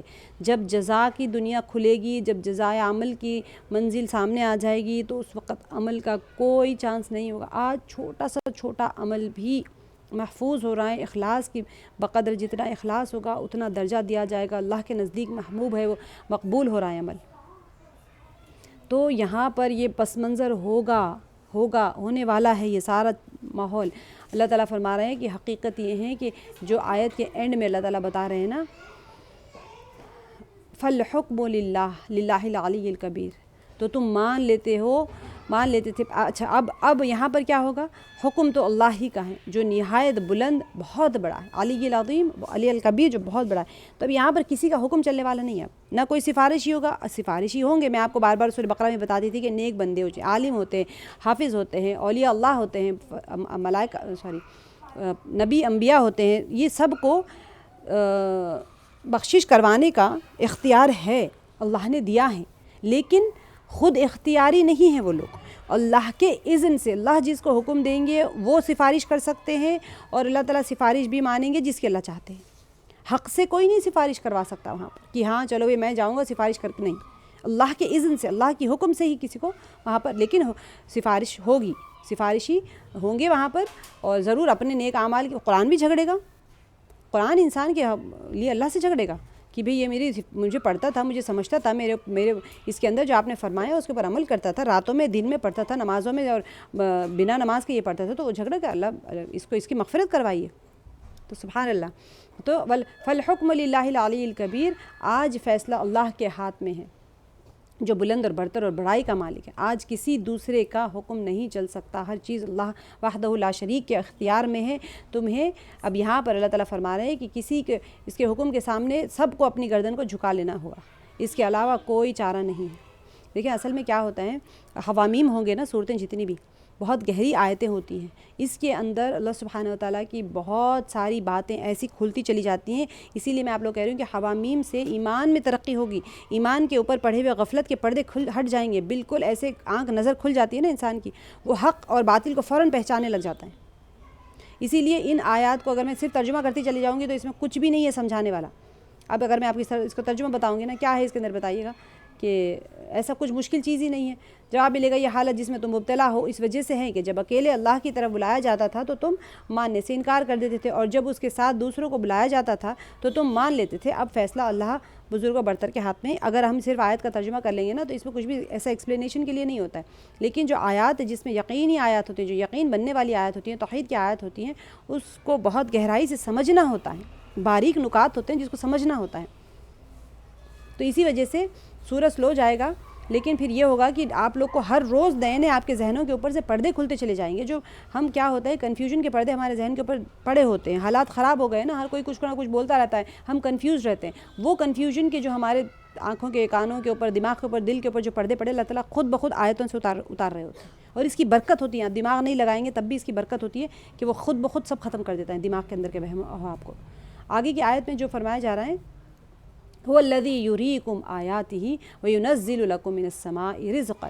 اب اصل بات آ گئی ہے. دیکھیں وہ اللہ، ٹھیک ہے، هو الذی، وہ اللہ وہ ذات ہے، یریکم وہ دکھاتا ہے تم کو، آیات ہی اپنی آیات، اپنی نشانیاں، وینزل اور وہ اتارتا ہے، لکم تمہارے لیے، من السماء آسمانوں سے یا آسمان سے، رزقا رزق، وما یتذکر الا من ینیب. سبحان اللہ. دیکھیں اس کے اندر کیسے اللہ تعالیٰ فرما رہے ہیں کہ وہی ہے جو تم کو اپنی نشانیاں وہی ہے جو تم کو اپنی نشانیاں دکھاتا ہے اور آسمان سے تمہارے لیے رزق نازل کرتا ہے، مگر ان نشانیوں کے مشاہدے سے سبق صرف وہی شخص لیتا ہے جو اللہ کی طرف رجوع کرنے والا ہے. ٹھیک ہے، اب اس کی آپ تشریح دیکھیں، اتنی پیاری اس کی تشریح ہے سبحان اللہ کہ انسان سوچنے پہ مجبور ہو جاتا ہے.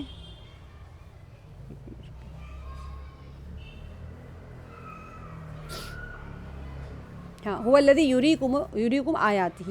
اب جو پیچھے آیت میں فرمایا کہ قیامت والے دن کافر لوگ کیا ہوں گے، خود اپنے آپ پر غصہ اور ناراضگی اور بیزاری کا اظہار کریں گے، تو انہیں کیا کہا جائے گا کہ دیکھو اب جو تمہیں افسوس ہو رہا ہے وہ اللہ تعالیٰ تو تمہارے اپنے غصے جو تم اپنے آپ پہ کر رہے ہو اس سے زیادہ سخت غصے میں اللہ تعالیٰ تمہارے اوپر ہے، دنیا میں بھی اور دنیا میں جو تم کرتے تھے اس وقت بھی اور اب بھی. اب پھر وہ اپنے گناہوں کا اقرار کرتے ہوئے کیا کریں گے، وہ لوگ پوچھیں گے کہ بھئی اب یہاں سے نکلنے کی کوئی سبیل ہے کیا نہیں ہے، تو وہاں پر ان کو وہ بھی نہیں ملے گا. سب بتا دیا جائے گا کہ سارے کا سارا حکم جو ہے اللہ کے ہاتھ میں، اب یہاں کوئی اختیار نہیں ہوا کسی کو. اب یہاں پر یہ آیات جو ہے ان مسائل کا استدلال میں آ رہی ہیں جو کہ گزشتہ آیات میں اللہ تعالیٰ نے واعظ و نصیحت کے طور پر ایک انسان کو تنبیہ کی جاتی ہے. میں نے آپ کو بتایا جب بھی استفہام آتا ہے تو میں نے آپ کو بتایا کہ اکثر استفہام جو ہوتا ہے کویسچن جب اللہ تعالیٰ کرتے ہیں تو ہم سے پوچھ نہیں رہے ہوتے، ہمیں تنبیہ کر رہے ہوتے ہیں، ہمیں ڈرا رہے ہوتے ہیں، سمجھا رہے ہوتے ہیں ایک اس انداز میں. بچوں کو جب ہم بولتے ہیں نا کہ پتہ ہے، تو پتہ ہوتا ہے مطلب یہ نہیں کہ بچے کو پتہ ہے، آپ ڈرا رہے ہوتے ہیں اس کو. تو اللہ تعالیٰ نصیحت بھی کر رہے ہیں. تو تحدید اور نصیحت کی صورت میں اللہ تعالیٰ جو بیان کر رہے تھے نا، اس کے بعد اب یہاں پر آئے گا کہ وہ مسائل کی وہ دلیلیں دی جا رہی ہیں کہ اللہ تعالیٰ فرما رہے ہیں. پچھلی آیتوں میں کیا تھا، توحید اور ربوبیت اور اس سے شرک نہیں کرنا جو اللہ تعالیٰ فرما رہے ہیں پیچھے کی، دیکھو بت پرستی مت کرو، اس کی نفی، اس کے انکار کی دلیلیں تھیں. اب سب سے پہلے یہاں پر کیا فرمایا کہ وہ اللہ وہی ہے جو تمہیں اپنی نشانیاں دکھاتا ہے. هو اللہ هو الذی، یہاں پر جو آیت میں بتایا جا رہا ہے هو الذی یریکم، وہ دکھاتا ہے اپنی کیا آیات ہی نشانیاں، یریکم آیات ہی. تو اب کیا نشانی اللہ تعالیٰ یہاں پر دکھا رہے ہیں؟ سب سے پہلے فرمایا کہ وہ اب تم کو آیت نشانیاں دکھاتے ہیں. اب میں آپ کو بتاتی ہوں، ہمیشہ پیچھے بھی صورتوں میں ہم بار بار کرتے آئے کہ جو علامات ہوتی ہیں، جو نشانیاں ہوتی ہیں، جو اللہ سبحانہ و تعالیٰ بتانا چاہتے ہیں، وہ دو قسم کی ہوتی ہیں، آفاقی ہوتی ہے اور انفسی ہوتی ہے. کہ آفاقی کون سی ہوتی ہیں؟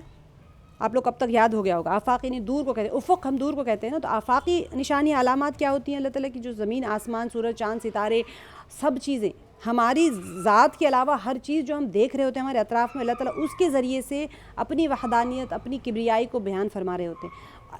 انفس کسے کہتے ہیں؟ اپنی ذات کے اندر. ایک دنیا ہماری ذات کے باہر ہوتی ہے، ایک دنیا ہماری ذات کے اندر ہوتی ہے. پوری کی پوری کائنات ہمارے اندر بسی ہوئی ہے. تو یہ دو دلیلوں کے ذریعے سے انسان اللہ کی معرفت حاصل کر سکتا ہے. تو آفاقی اور انفس میں موجود جو نشانیاں ہیں جن سے ساری کائنات بھری پڑی ہے، ایسے عجیب اور غریب نقش ہے. دیکھیں گے تو ہم جو عالم ہم دیکھ رہے ہیں نا، عالم وجود کہتے ہیں اسے، جو ساری جو کائنات ہم جو دیکھ رہے ہیں ایک قائم کی ہوئی کائنات ہے. اب اس کے ہر طرف آپ دیکھیں گے یہ عالم وجود میں، یا تو آپ اپنی ذات کو لے لیں یا پھر باہر کی طرف لے لیں. تو ایسے اللہ تعالیٰ نے اتنے واضح، اتنے کلیئر نقش و نما بتا دیے ہیں کہ جنہیں دیکھ کر اگر کوئی اللہ سبحانہ تعالیٰ کی ذات کے متعلق کوئی سوچے نہیں سوچ رہا ہے مثال کے طور پہ، تو وہ پھر کیا ہے، بے وقوف ہی ہوگا نا. وہ کہیں ایسا ہوگا جیسا کہ کوئی کھڑی ہوئی دیوار ہے جس کے اندر کوئی ہوش حواس نہیں ہے. ہم جو کچھ بھی اپنے اطراف میں دیکھ رہے ہیں اس سے ہم اللہ تعالیٰ کو پہچاننے کے لیے ہی تو ہے یہ ساری چیزیں. پھر ان آیات میں سے ایک نشانی کے متعلق فرمایا گیا ہے کہ وہ تمہارے لیے آسمان سے قیمتی رزق نازل کرتا ہے. سبحان اللہ. تو یعنی کہ یہ جو اللہ سبحانہ وتعالیٰ فرما رہے ہیں وَيُنَزِّلُ لَكُم من السماء رزقا. اب سب سے پہلی چیز جو ہے بارش کے رزق کیسے نکلتا ہے ہم نے دیکھ لیا. رزق نکلنے کے لیے دو تین چیزوں کی ضرورت ہوتی ہے. بارش کے حیات بخش قطرے، ٹھیک ہے، اور سورج کا نور چاہیے. جتنے بھی ہمارے اطراف میں چیزیں زندہ ہے ان سب کے لیے دو چیزیں تو بہت ضروری ہے. سورج آپ کو ہم نے پڑھ لیا تھا آلریڈی کہ سورج کا اندر کا جو نور رہتا ہے وہ بہت ضروری ہوتی ہے، وہی ہماری زندگی میں حیات کا ذریعہ ہے. اور بارش کے قطرے اور ہوا، جو تمام حیوانات اور نباتات جتنے بھی ہے اس کا اصل میں سرمایہ حیات وہی ہے. میں نے بتایا تھا آپ کو، نفس کہتے ہیں سانس کا اندر باہر ہونا، یہ روح کے ساتھ کنیکشن ہے ہمارا، ہے نا. تنفس بھی بولتے ہیں نا اردو میں سانس کا. تو سانس جو اندر جا رہی ہیں باہر آ رہی ہیں، یہ ہمارے حیات کا ایک بہت بڑا. اب سانس بند ہو گئی، ختم انسان. تو بارش اور دھوپ اور ہوا یہ سب آسمان سے نازل ہوتے ہیں، اور ہم جانتے ہیں کہ یہ تین جتنے بھی امور ہے یہ زندگی اور حیات کا اہم ترین وسیلہ ہے۔ انسان اگر زندہ رہنا ہے تو تین میں سے ایک بھی ختم، آؤٹ، اور باقی سب چیزیں ان کی کیا ہوتے ہیں، ان کے کون سے مطلب فروع کہتے ہیں، جیسے کہ انسان اس کے نیچے کی چیزیں ماتحتی میں جو رہتے ہیں اس کے انڈر ہوتے ہیں۔ اب آپ بھوک لگی مثال کے طور پہ کھانا نہیں کھایا کچھ دن تو رہ سکتا ہے، ہوا بند ہوگی تو نہیں رہ سکتا بندہ۔ اب یہاں پر کیوں اللہ تعالیٰ نے یہاں پر رزق بتایا، پیچھے کی آیتوں سے کیسے کنیکٹیوٹی ہو سکتی ہے؟ سوچنے کی بات ہے کہ قرآن نے یہاں پر آسمان اور زمین میں اور خود انسان کے اندر موجود اللہ تعالیٰ کی جو بہت سی آیات عظیمہ ہیں اس کو چھوڑ کر انسان کی روزی کے مسئلے ہی پر کیوں بیان کیا ہے؟ سوچنا چاہیے نا، آنکھ ہے، کان ہے، کچھ بھی جیسے پیچھے کی آیتوں میں یہاں پر روزی کے اوپر کیوں آیا؟ کیونکہ یہ روزی کا جو مسئلہ ہے نا، یہی انسان کی اصل فکر کا مرکز ہوتا۔ پیٹ کے لیے ہم سب کہتے ہیں نا بھائی پیٹ اگر بھوک ہی نہ ہوتی تو ہم گناہ کیوں کرتے، ہے نا؟ تو اللہ سبحانہ وتعالیٰ فرما رہے ہیں کہ اصل انسان کی فکر کو اپنی طرف مشغول کیے رہنے کی چیز جو ہوتی ہے وہ رزق ہے، حتیٰ کہ بعض اوقات کیا ہو جاتا ہے، وہ رزق میں اضافے اور فقر و فاقے سے نجات پانے کے لیے بتوں کے آگے جھک جاتا ہے۔ آپ اپنا جائزہ لے لیں، نوکری ملنے کی کوئی وعدہ کر دے، ہر گناہ کرنے کے لیے تیار ہو جائیں گے، شرک تک کرنے کے لیے تیار ہو جائیں گے، ٹھیک ہے بھائی ہمارا کام ہو گیا تو بس ہے۔ تو یہ وجہ سے اللہ تعالیٰ نے یہاں پر فرما دے کہ ہر قسم کی روزی خدا کے ہاتھ میں ہیں، بت کچھ نہیں کر سکتے، یعنی اللہ کے غیر سے چاہے کوئی قسم کا بھی بت ہو۔ بت سے آپ مراد وہ مت لے لیں جو بت بنا ہوا ہوتا ہے، ہمارے خیالوں کے بت، کسی کے ساتھ امیدوں کا بت، کسی کے ساتھ ہونے کے یقین کا بت، اس نے کر دیا، اس نے کر دیا، فلاں نے کیا، اس نے وہاں جائیں گے عاجزی کریں گے، اس کے پاس جائیں گے، وہ کہے گا کہ بھئی غلط کام کرنے کے لیے مان رہے۔ تو یہ سارے بتوں کا جو فارم ہم نے دماغ میں بنا کے رکھا ہے وہ توڑنے کے لیے اللہ تعالیٰ نے صرف یہی بتا دیا ہے کہ اللہ تعالیٰ رزق دینے والے ہیں۔ یہاں پر جو اللہ تعالیٰ فرما دیے کہ اللہ تعالیٰ ہی تو آسمان سے رزق اتارتے ہیں، وما یتذکر الا من ینیب، کیسے آخر میں فرما دینا اللہ تعالیٰ کے سبق صرف وہی شخص لیتا ہے جو اللہ کی طرف رجوع کرنے والا ہے، جو اللہ کی طرف رجوع کرنے والا ہے۔ آیت کے آخر میں فرمایا کہ اس قدر عظیم کائنات میں اتنی بڑی اور لاتعداد جتنی بھی نشانیاں ہیں اس کے باوجود ان کی نابینا آنکھیں، ہماری تو آنکھوں کے اوپر پردے پڑے ہوئے ہیں نا، اسی لیے تو نابینا کہا جاتا ہے۔ اب دل کچھ بھی نہیں دیکھ سکتا، اس کے اوپر بھی پردے پڑے ہوئے، صرف وہی لوگ ان حقائق کو یاد رکھ سکتے ہیں جو اللہ کی طرف لوٹیں اور اپنے قلب اور روح کو گناہوں سے پاک کریں۔ تو یہ اصل چیز ہے کہ انسان کو کہ وما یتذکر الا من ینیب۔ اب یہاں پر اسی وجہ سے ہم اپنے قلوب کی ہم جائزہ لیتے رہیں، وہی جو رجوع کرتا ہے، نہیں نصیحت حاصل کر سکتا مگر وہ جو رجوع کرتا ہے، یعنی کہ اپنے آپ کا جائزہ لے رہا ہے، قرآن پاک کو سمجھتے رہیں گے تو ایسے ہی ہوا کہ ہم اللہ کی طرف رجوع کر رہے ہیں۔ جیسے جسے سمجھتے جائیں گے سارے ہمارے اندر کے باہر کے سارے بت ہم توڑتے چلے جائیں گے اپنے آپ۔ آگے کی آیت میں فدعوا اللہ مخلصین لہ الدین ولو کرہ الکافرون، یہ زیادہ تر منزل میں بھی آتی ہیں اور بہت ساری جگہوں پر جہاں پر رقیہ ہوتا ہے نا، یہ آیت آتی ہے اس میں فدعوا اللہ مخلصین لہ الدین ولو کرہ الکافرون، کہ بس اے رجوع کرنے والو اللہ ہی کو پکارو اپنے دین کو اس کے لیے خالص کر کے۔ فدعو، پکارو، کس کو پکارو؟ اللہ کو پکارو۔ اور پھر آگے نہیں کہا کہ صرف پکارتے رہو، کیونکہ مشرکین مکہ بھی پکارتے تھے نا اللہ کو، جب کوئی پریشانی آتی تھی، طوفان آ جاتا تھا، کوئی بڑی سخت بیماری آ جاتی تھی اور ان سے پوچھتے تھے لوگ کہ بھئی یہ سارے زمین آسمان کس نے بنایا؟ تو کہتے اللہ نے بنایا۔ پریشانی آ گئی تو اللہ کو ہی پکارتے، لیکن آگے اللہ تعالیٰ نے شرط لگا دی مخلصین لہ الدین، خالص کرتے ہوئے اس کے لیے دین کو، ولو کرہ الکافرون۔ اب دیکھیں ظاہر سی بات ہے انسان جب حق پہ چلنے جاتا ہے تو پھر دوسروں کو تکلیف تو ہوگی ہے نا۔ تو اللہ تعالیٰ فرما رہے ہیں کہ اب جب کہ صورتحال یہ ہے کہ تم اللہ کو پکارو اور اپنے دین کو اللہ کے لیے خالص کرو، تو پھر تمہارا یہ کام ہر درم اور متعصب کنار کی تکلیف کا باعث ضرور بنے گا۔ ہم اگر حق کے راستے کو پکڑ لیں تو شیطان نہیں چھوڑنے والے کا، شیطان آ کے گمراہ کرے گا، گمراہ سے مراد وسوسے ڈالے گا، یہ آج خرچ کرنے سے روکتا ہے کہ کل کیا ہوگا، پورا خرچ کر دو گے تو کل کوئی بڑی بیماری آ جائے گی، بچے کی شادی ہوگی، گھر میں تنگی آ جائے گی، اپنے پاس کچھ رکھو۔ یہ میں آپ سب اسی میں مبتلا ہے، میں اپنے آپ کو اس سے نکال نہیں رہی ہوں، میں بھی گناہ اس میں، کیونکہ وسوسے تو شیطان ڈالے گا نا، یوسوس فی صدور الناس، وہ دل میں وسوسے ڈالتا ہی رہتا ہے ہمیشہ۔ تو اللہ تعالیٰ فرما رہے ہیں کہ دیکھو ولو کرہ الکافرون، اگرچہ کافر برا ہی مانے، جس ماحول میں گمراہ بت پرستوں کی اکثریت ہو وہاں پر کیا ہو جاتا ہے، توحید کی آواز ان کے لیے ایک وحشت ہو جاتی ہے۔ کوئی اگر توحید کی طرف بلائے نہ تو اب دیکھیں مثال کے طور پہ آپ لوگ بیٹس کو دیکھتے ہیں نا، چمگادڑوں کو، وہ چمگادڑ جب سورج نکلتا ہے نا تو بڑا چڑ چڑ چڑ چڑ کر کے وہ جا کہیں چھپ جاتے ہیں۔ ان کے لیے وحشتناک ہوتا سورج کا نکلنا، ان کی آوازیں بڑی خراب، کیونکہ سٹی میں نہیں ہوتے، کہیں آپ دیکھیں گے نا تو سورج نکلنے کے ٹائم پہ وہ لوگ وہ سو جاتے ہیں نا، راتوں میں جاگ لیتے، تو ان کو بڑی چڑچڑاہٹ ہوتی ہے، اس ٹائم پہ بہت زیادہ پکارتے وہ لوگ، اس کے بعد میں ختم ان کی رات ہو گئی۔ تو سورج کی روشنی ان کے لیے بڑی چڑچڑاہٹ کا ذریعہ بنتی۔ تو تم ان کے جاہلانہ اور جو ان کی جو وقتی رد عمل ہے اس سے مت گھبراؤ۔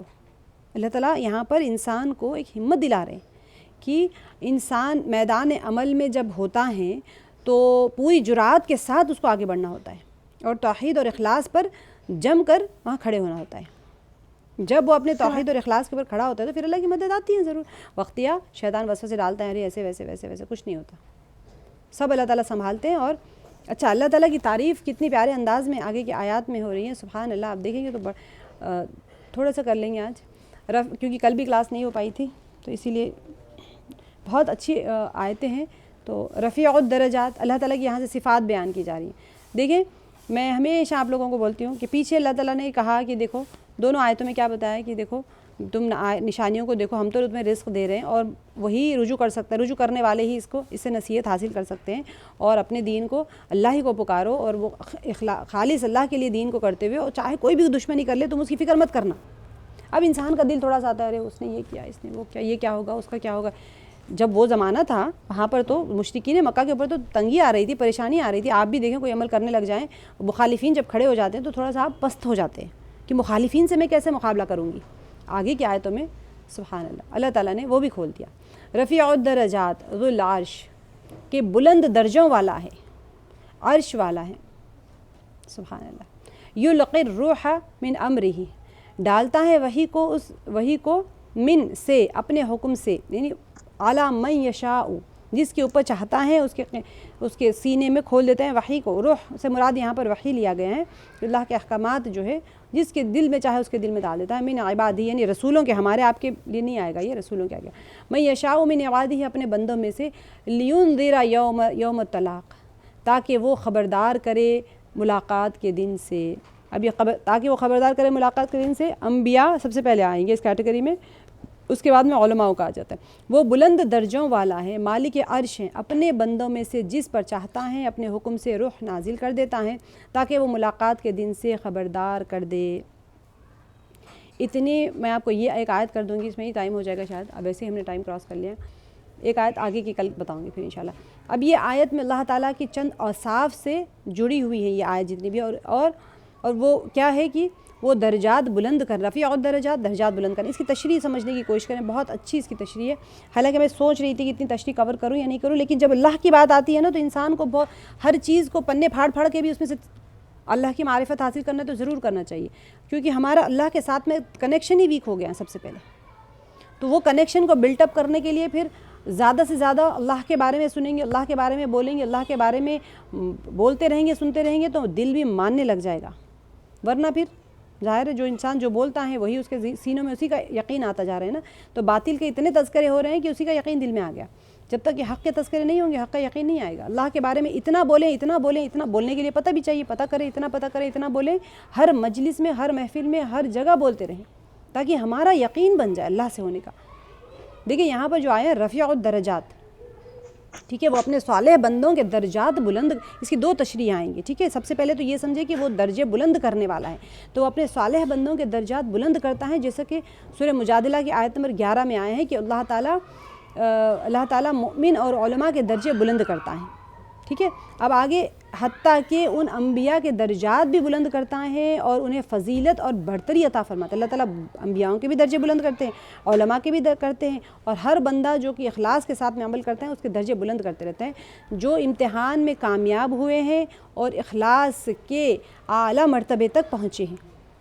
سورہ بقرہ میں بھی ہم نے پڑھا تھا کہ اس نے انسانوں کو اس زمین میں اپنا خلیفہ اور نمائندہ قرار دیا ہے اور ہر ایک کو اس کی لیاقت، اہلیت اور استعداد کے مطابق برتری عطا فرمائی ہے۔ سورہ انعام میں بھی آیا ہے کہ آیت نمبر 165 میں اگر گزشتہ آیات میں اب آپ کو میں ریفرنسز تو دے دوں گی انشاءاللہ، اب اخلاص برتنے کی دعوت دی گئی ہے، تو اس آیت میں فرمایا گیا ہے کہ اللہ تعالیٰ تمہارے درجات تمہارے اخلاص کے مطابق بلند کرے گا، کیونکہ وہ رفیع الدرجات ہے۔ تو سوچیں اخلاص انسان مخلصین لہ الدین سورہ زمر میں ہم نے بہت بار کیا ہے، اپنے یقین کو اب سوچیں گے اخلاص کیسے بنے گا ہمارا، ہے نا؟ تو اخلاص بنتا ہے، اللہ سبحانہ و تعالیٰ اس کی مدد کرتے چلے جاتے ہیں جب ذہن سے پردے ہٹتے چلے جاتے ہیں نا، فکر کے اور اوہام کے، وہم دماغ، تو یقین روشن نور ایک دم چمکنا شروع ہو جاتا ہے۔ تو روشنی کے اندر اندھیرا نہیں ٹکتا، تو وہ اس وقت جو اعمال کیے جاتے ہیں اس کے اندر اپنے آپ اخلاص ہوتا ہے۔ یہ سب کچھ اس صورت میں ہے جب ہم اچھا یہ جو رفیع الدرجات ہے نا، یہ سب رافع اور رفیع دو بہت باریک نقطہ ہے، سمجھنے کی کوشش کریں لیکن آسان ہے، مشکل نہیں ہے۔ اب دیکھیں رافع ہوتا ہے بلند درجے بلند کرنے والا، ٹھیک ہے؟ تو یہاں پر رفیع کہہ کر رافع مراد لیا گیا ہے، کرنے والا ہوتا ہے نا، جسے کھانے والا ہوتا ہے، کوئی کام کرنے والا۔ تو یہاں پر ایک ہوتا ہے اپنی اوصاف کو بیان کرنا، ٹھیک ہے؟ اب دیکھیں یہاں پر اب ایک معنی لیا جائے رفیع کو مرتفع کے معنی میں ہے، تو ایسی صورت میں رفیع الدرجات اللہ تعالیٰ کی بلند اور اعلیٰ صفت کی طرف اشارہ ہے۔ اللہ تعالیٰ خود بلند درجے پہ ہے، بے شک وہ علم کے لحاظ سے بھی بلند مرتبے پر ہیں اور قدرت کے لحاظ سے بھی اس کے کمال اور جمال کے تمام اوصاف اس قدر بلند ہے کہ انسانی عقل اور دانش کا کتنا بھی بلند پرواز کر لے ہم وہاں تک نہیں پہنچ سکتے، اللہ کی بلندی کو ہم پہچان نہیں سکتے، ٹھیک ہے؟ دو معنی آ گئے، ایک تو بلند رافع الدرجات یعنی درجے بلند کرنے والا، جو کہ درجے بلند کرے گا ہر ایک نیکوکاروں کے، صالحین کے، انبیاءوں کے، سب کے۔ ایک ہے خود بلندی کے اوپر فائز، ٹھیک ہے؟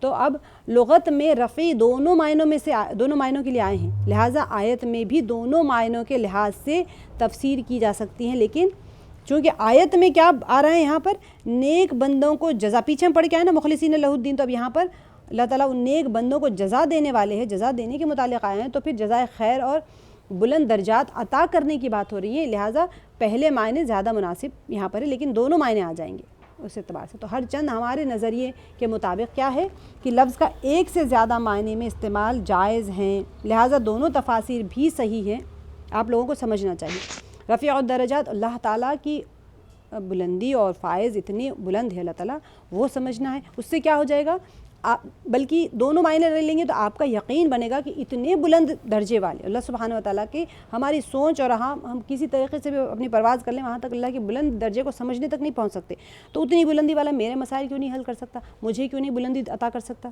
تو اللہ تعالیٰ کے اگر دوسرے معنی لیں گے اس تفسیر کے مطابق تو پھر بلندی دینے والا ہے۔ ایک انسان کے پاس مال ہوگا تبھی تو وہ دے گا نا، میرے پاس کروڑوں کے پیسے رکھے ہوئے تو میں بانٹوں گی، میں لوگوں کو بھی غنی کر سکتی ہوں، لوگوں کو بھی مالدار بنا سکتی ہوں اگر میں مالدار ہوں۔ اللہ سبحانہ و تعالیٰ خود بلند ہے اور لوگوں کو بھی بلندی عطا فرماتے ہیں۔ پھر فرمایا ہے کہ وہ عرش کا مالک ہے، ذو العرش، ٹھیک ہے؟ یہ جو ذو العرش دیکھنے میں اتنا چھوٹا سا لگ رہا ہے نا، ہم جلدی جلدی بڑھ کے نکل جاتے ہیں، رفیع الدرجات ذو العرش، کتنی تشریح ہے اس کے پیچھے، سبحان اللہ۔ مفسرین کا ہم جتنی بار بھی اللہ کی بارگاہ میں ان کے حق میں دعا کریں کم ہی ہے، انہوں نے اتنی محنت کی ہے کہ ہر چیز کو کھول کر بیان کیا، بہت مشکل چیزیں ہوتی ہیں اس کو بھی آسانی کے ساتھ میں سمجھا دیا ہے۔ ساری کائنات اس کی قدرت اور حکومت کے تابع ہے، ذو العرش جو کہتے ہیں عرش کا مالک ہے، تو اللہ تعالیٰ کی جتنی کائنات ہم جو دیکھ رہے ہیں اللہ تعالیٰ کی قدرت اور حکومت کے تابع ہے، اور اس کے اللہ سبحانہ و تعالیٰ کے ملک اور حکومت میں کوئی شریک نہیں ہے۔ یہ بات دیکھیں خود اس امر کی طرف دلیل کر رہی ہے کہ لیاقت اور استعداد کے مطابق بندوں کے درجات کی اللہ تعالیٰ نے جو طبقوں میں بندوں کے درجے رکھے ہیں نا، اسی کے قبضے قدرت میں ہے۔ آپ جس پوزیشن پہ ہے آج اللہ کی عطا کردہ پوزیشن ہے وہ، اور اللہ تعالیٰ جانتے ہیں، عرش کے مالک ہیں، وہ جانتے ہیں کہ اس کو کس پوزیشن پہ رکھنے کا ہے۔ کوئی بندہ اپنے پوزیشن کو جو الاٹڈ پوزیشن ہے اس کے اوپر سے اوپر نہیں جا سکتا، نیچے نہیں جا سکتا۔ میں آپ کو پوزیشن مینیجر پوسٹ کا یا کلریکل پوسٹ کا نہیں بول رہی ہوں، جو اللہ کی طرف سے اللہ تعالیٰ بھی ہر بندے کو ایک ایک طبقے میں ایک ایک پوزیشن کے اوپر اللہ تعالیٰ نے رکھا ہوا ہے، سب کو، آپ میں، ہر کوئی۔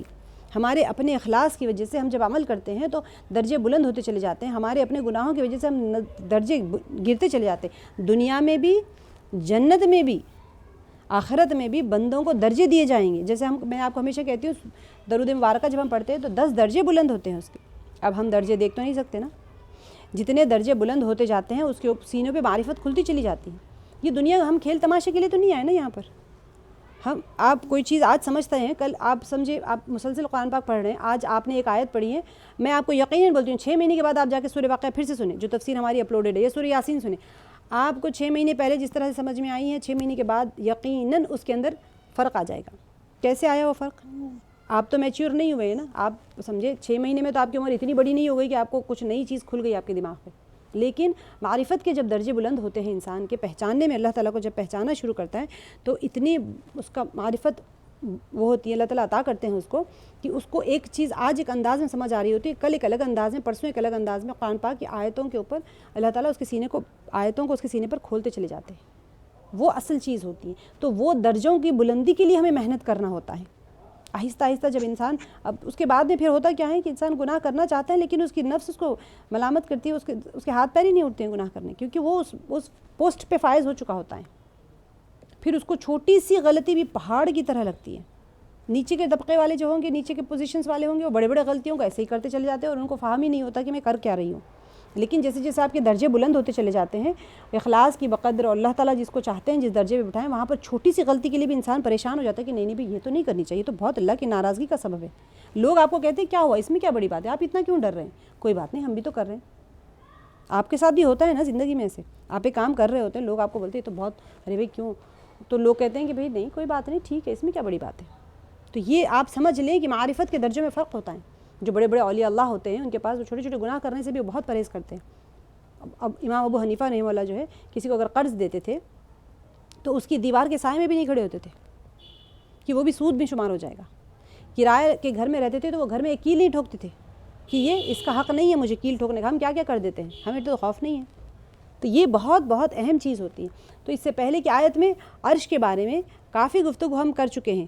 تو یہاں پر ذوالعرش عرش کے بارے میں مجھے کوئی بتانے کی ضرورت نہیں ہے. عرش یعنی جو یہاں پر جو بتایا گیا ہے کہ وہ عرش کا مالک ہے.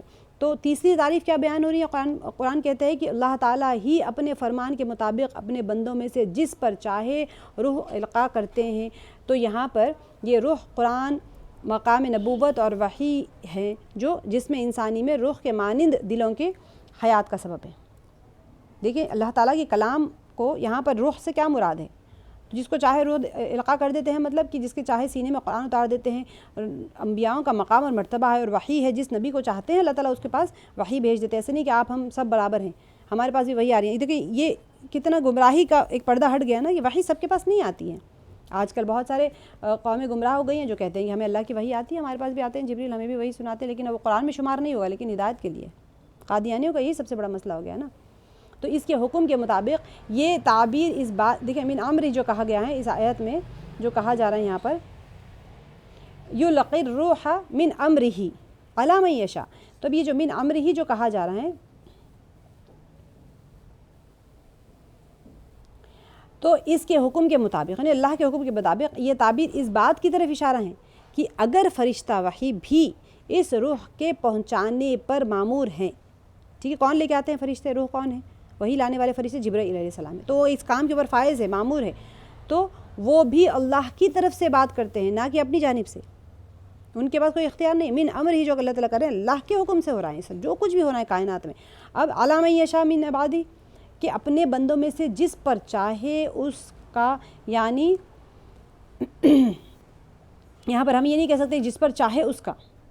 ٹھیک ہے، وہ وحی کی نعمت بغیر کسی حساب اور کتاب کے عطا فرما دیتے ہیں. ایسا نہیں لے سکتے ہیں کہ اللہ تعالیٰ نے جس کو چاہا اس کو وحی کی نعمت سے عطا کر دیا، کیونکہ اس کی مشیت اللہ سبحانہ و تعالیٰ کے پاس. میں نے آپ کو بتایا تھا شاء اللہ کی مرضی، اللہ کا ارادہ، اللہ کی مشیت.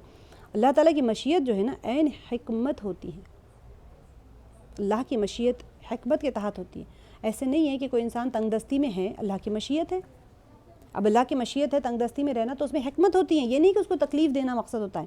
ایک اگر کوئی انسان ہے، اس کو اللہ نے تکلیف میں رکھا ہے، غریبی میں رکھا ہے، تو اللہ کو پتہ ہے اس میں حکمت ہے. ہمیں یہ بات کا یقین کرنا ہے، آج اگر میرے اوپر کوئی احوال ہے تو یہ اللہ تعالیٰ حاکم ہے، وہ اللہ تعالیٰ کے پاس حکمت ہے. اللہ نے میرے اوپر اگر یہ کیا ہے تو اس میں بہت بڑی حکمت چھپی ہوئی ہے. مجھے آج نہیں پتہ چل رہی ہے تو ٹھیک ہے، کوئی بات نہیں. جسے اس مقام کے لائق سمجھتا ہے اسے عطا فرماتا ہے. یہ تو یہاں پر انبیاؤں کے بارے میں آیا ہے. یہ بات بھی دلچسپ ہے کہ گزشتہ آیت میں بارش کے نزول اور جسمانی رزق کی بات ہو رہی تھی، اور یہاں پر نزول وحی اور روحانی رزق کی بات ہو رہی ہے. ہے نا. اب دیکھنا یہ ہے کہ انبیاء کرام علیہ السلام پر روح القدس، کون ہے روح القدس؟ جبریل علیہ السلام. نازل ہونے کا کیا مقصد ہے، کیوں آتے تھے وہ، اور اس پر اب یہاں پر جو بتایا جا رہا ہے وہ سفر، اب کتنا ان کا سفر ہوتا ہے، طویل سفر ہوتا ہے، وہاں سے آ رہے ہیں سارا کچھ، اس کا مقصد اور ہدف کیا ہے. تو اب اس سلسلے میں آیت کے آخر میں، آخری جملے میں اس سوال کا جواب دیتے ہیں کہ کیوں آئے انبیاء، نبی روح القدس آئے کیوں تھے، جبریل علیہ السلام کیوں آئے تھے، اتنا لمبا سفر طے کر کے آنے کا کیا مقصد تھا. تو مقصد یہ ہے کہ وہ لوگوں کو ملاقات کے دن سے ڈرائیں. یہ سب سے اہم چیز ہے اس آیت کا. لِيُنذِرَ یوم الطلاق. یوم الطلاق قیامت کے ناموں میں سے ملاقات کے دن یہ بھی ایک نام ہے. بہت سارے نام آئیں گے آپ کو قیامت کو. تب جس دن بندے اپنے پروردگار سے شہود باطنی کے ذریعے ملاقات کریں گے. شہود باطنی کسے کہتے ہیں؟ دیکھنے کا ظاہر میں. اب یہاں پر ظاہری اور باطنی ہوتا ہے نا. تو اللہ سبحانہ و تعالیٰ کے ساتھ میں دنیا میں تو انسان نہیں دیکھ سکتا نا. تو اللہ سے ملاقات جنت میں جانے کے بعد میں ہوگی بے شک. وہاں پر عرش پہ اللہ تعالیٰ فائز ہو جائیں گے تو وہاں زیارت، اللہ کی دیدار نہیں ہوگا کسی کو. یہ نہیں ہے کہ جہنمی بھی اللہ کو دیکھ رہے، اللہ کا عرش آ گیا، تو ایسے نہیں ہوگا. وہاں پر شہود باطنی ہوگا. یوم طلاق میں، یعنی قیامت کا جو دن ہوگا، وہاں پر نیکوکار جب جنت میں داخل ہو جائیں گے تب اللہ کا دیدار ہوگا. یہاں نہیں ہوگا. حساب کتاب ہو رہا ہے لیکن پردوں میں ہوگا، وہ کوئی اللہ کو دیکھ نہیں پائے گا وہاں پر. تو یہاں پر کون سا شہود ہوگا، مشاہدہ کون سا ہوگا؟ شہود باطنی ہوگا. تو جس دن بندے اپنے پروردگار سے شہود باطنی کے ذریعے ملاقات کریں گے، اور جس دن گزشتہ اور آئندہ زمانے کے لوگ آپس میں ملاقات کریں گے، اور جس دن حق اور باطل کے جتنے بھی ہیڈز ہوں گے وہ اپنے ایک ہوتا ہے پیشوا، ایک ہوتا ہے پیروکار، ٹھیک ہے، لیڈر اینڈ فالوور. تو وہاں پر لیڈرز اینڈ فالوورز ایک دوسرے سے ملاقات کریں گے. ایک لیڈر ہوتا ہے کچھ بول کے چلا گیا، اچھا ہو یا برا ہو، اس کے فالوورز اس کو فالو کر رہے ہیں نسلوں تک. اب وہ کون لیڈر تھا دیکھا تو نہیں تھا. یہاں پر دیکھیں گے سب لوگ. جس دن کمزور لوگ، متکبرین اور کمزور لوگ آپس میں ملاقات کریں گے. بادشاہ تھا، بڑا متکبر تھا، بڑا ظلم کیا، کس کے اوپر کیا اسے ہی نہیں پتہ. وہاں پر سامنے کھڑے ہو جائیں گے سب لوگ. اور ظالم اور مظلوم آپس میں ملاقات کریں گے. بام سے اڑا دیا کسی نے، ظالم نے بام ڈالا اڑا دیا. مظلوم کتنے لوگ مرے اس میں، وہ ظالم کو پتہ نہیں ہے کہ کون مظلوم مرا، مظلوم کو پتہ نہیں کہ ظالم نے میرے پر بام پھینکا ہے. قیامت کے دن یہ سب لوگ ایک دوسرے سے ملاقات کریں گے. جس دن انسان اور فرشتے ملاقات کریں گے، جو حاملین عرش ہے آپ کے لیے دعا کر رہے ہیں، طلب تو ہوتی ہوگی نا آپ لوگوں کے بھی، اللہ ہم حاملین عرش کو شکریہ کہیں گے جب بھی ہم ملیں گے. اب ملاقات ہو جائے گی قیامت میں. اور دوزخ عذاب کے فرشتے بھی ملیں گے، نیکوکار نیکیوں کے فرشتے بھی، سب فرشتے اور انسان ایک دوسرے کے ساتھ ملاقات کریں. تو خلاصہ کیا ہے؟ جس دن انسان اپنے اعمال اور اس نے جو کچھ بھی کیا تھا کردار، وہ سب کے ساتھ میں اللہ کی بارگاہ عدل کی ملاقات کرے گا. وہاں پر عدالت لگی جائے گی، وہاں پر اللہ کے بارگاہ عدل کی ملاقات کرے گا. اور تمام انسان آسمانی کتابوں اور اللہ تعالیٰ کے تمام جتنے بھی اللہ تعالیٰ نے جتنے بھی منصبوں کے اوپر جس کو فائز کر کے رکھا ہوا تھا، وہ لوگوں کو ملاقات کے اس عظیم دن سے ڈرائیں. اور اس آیت میں قیامت کا کیا ہی عجیب نام اللہ تعالیٰ نے منتخب کیا ہے، یوم طلاق. یہ آگے کی آیت ہے، میں آپ کو انشاءاللہ کل اس کو بتاؤں گی. اس کے اندر بھی قیامت کے بارے میں ہی اور کیا ہوگا وہاں پر وہی بیان کیا جا رہا ہے. تو بہت ہی اہم صورتیں ہیں. اللہ تعالیٰ ہم سب کو ان صورتوں کا